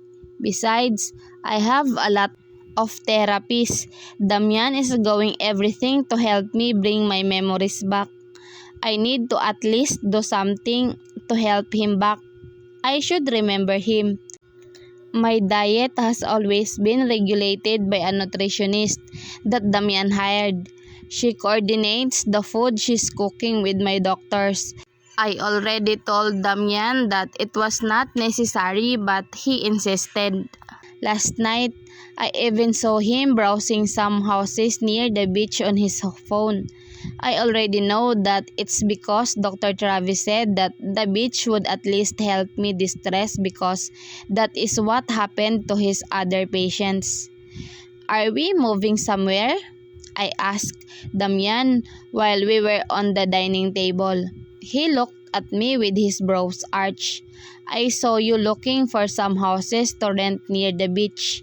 He bit his lip. I am still looking for a good place to stay, he replied. But Dr. Travis said it helped his other patients, so I guess it will help you too. There is no harm in trying. I sighed. Why don't we just go back to Chicago? I asked him. You have been on leave from work and I think you should go back. You have lost a lot of money because of me. Are we talking about money here again? He asked me, sounding a little pissed. I already told you to not think about it. I can handle all the expenses, Cassandra. But, he shook his head. No buts, he told me. And that's why 3 days later, we are standing in front of a bungalow-style house near the shore of Newport. The house was alone. We don't have any neighbors, but he told me while we were driving to here that there are some places we could visit. There are a few bars that are open every night, but I don't even think I want to go there. I also have a feeling that Damian wouldn't let me. We got in and I was in awe of the interior. The house is made of hardwood and the pure white walls are so pleasing to the eyes. Do you like it? He asked me when he saw me looking around the house. I smiled and nodded. I'll try to fix the furniture today, I told him. He frowned. You can't be tired. He was serious. And yes, that was what he's always telling me. I can't be tired because that's what the doctors have radiated. I'll just do the moving. You can just direct me. I sighed and nodded. He already said it, so I think I don't have a say now. Apparently, he's always right. I should have exhausted myself because the last time I tried to clean the hotel room we were staying at, I fainted and ended up in the emergency room.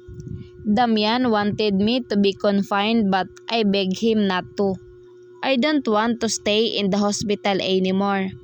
So I stayed at home for the first week that we started living in the beach house. I would only go out when it's time for my therapy but there's no progress on it. I have only been remembering the same memory over and over again. It's already getting frustrating. Damian, on the other hand, is on the phone at least 3 times a day. He's going away every time he's talking to someone and I couldn't hear him. But he would walk me to the shore every morning. He'd even cook for me but it's always based on what the nutritionist told him to cook. Today, I have already told him that I will fix the garden. He bought pots yesterday and even some plants and succulents. I have also been imagining the things I could do to make the garden look good and cozy. Damian helped me in carrying the heavy pots. His phone kept ringing but he ignored it and just continued helping me. I bought some big vases. It's in the truck, he told me. I followed him to his black pickup truck and was so happy when I saw the vases he got. They all look expensive so I did my best to hold them with utmost care.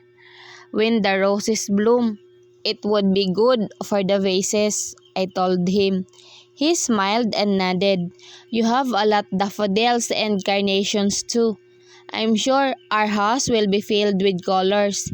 He was helping me in positioning the biggest vase near the couch.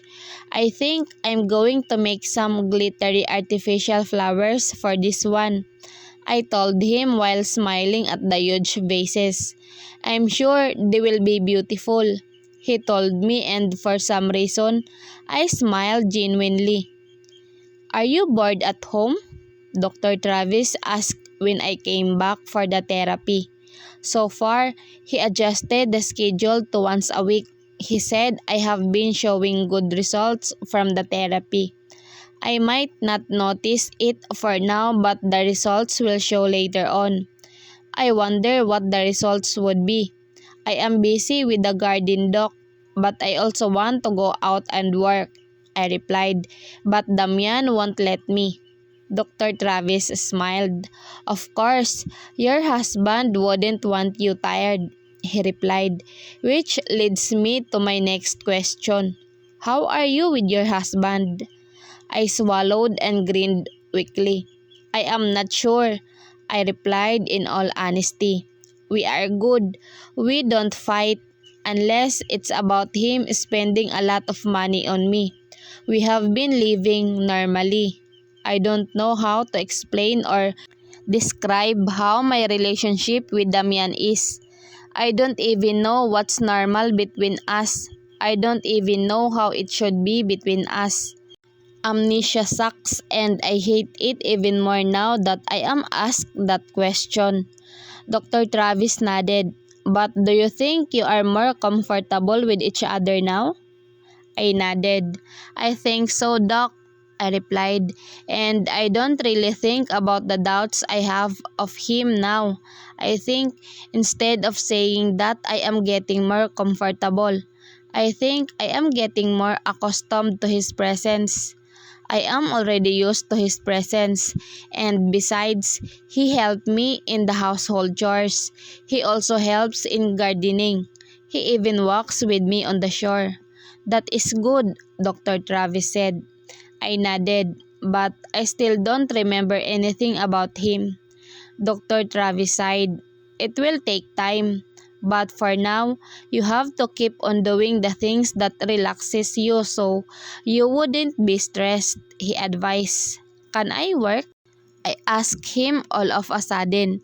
I want to work and live normal. I am only inside the house all the time. He smiled and let out a heavy breath. Actually, Dr. Malone and I have been talking about the progress of your treatment. We could allow you to work part-time, he replied to my delight. No more than 16 hours a week. I smiled widely and nodded. For real, Doc? I asked him. He nodded and smiled. Can we ask your husband to come in now? He asked me, so I would explain the details of your new progress properly. I nodded and walked outside to call on Damian. He is sitting on the bench while looking at the poster of the brain right in front of him. I cleared my throat and made him look at me. Dr. Travis wants you to come inside, I told him in a happy voice. He nodded and stood up. He's only wearing a simple plain black shirt and a pair of faded jeans, but he still looks good. I can see the people smiling and giggling while passing by him. No one could walk past without turning to him. Are you okay? He asked me. Is everything okay? I nodded. He's cleared me to work, I replied. He narrowed his eyes at me. I don't like that. You don't need to work, he told me in a stern voice. I frowned at him. I want to work, I insisted. I want to see how I would blend in with other people. He clenched his jaw and narrowed his eyes at me. I'll talk to your doctor first, he told me before walking inside the office. I sighed and followed suit. Damian is sitting in front of Dr. Travis' table. I sat beside him. Is it safe for her to work? Damian asked. Dr. Travis nodded. Less than 16 hours a week, he replied.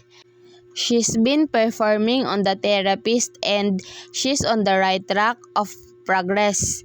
So Dr. Malone and I had already decided to start sensitizing her to the people.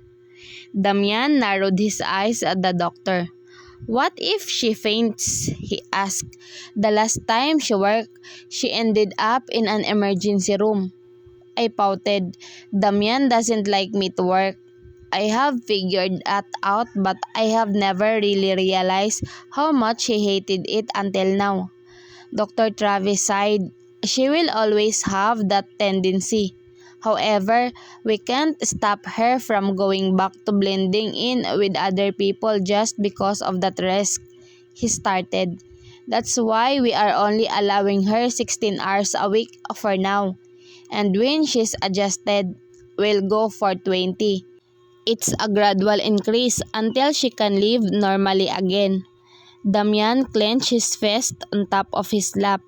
He sighed hard and looked at me. His eyes softened when they met mine. Do you really want to work? He asked me in a caring tone. I nodded. I want to experience the world again. He started at me for a few moments before sighing hard. Fine, he replied, but I will be working with you. I bit my lip to stop a smile from breaking out of my lips.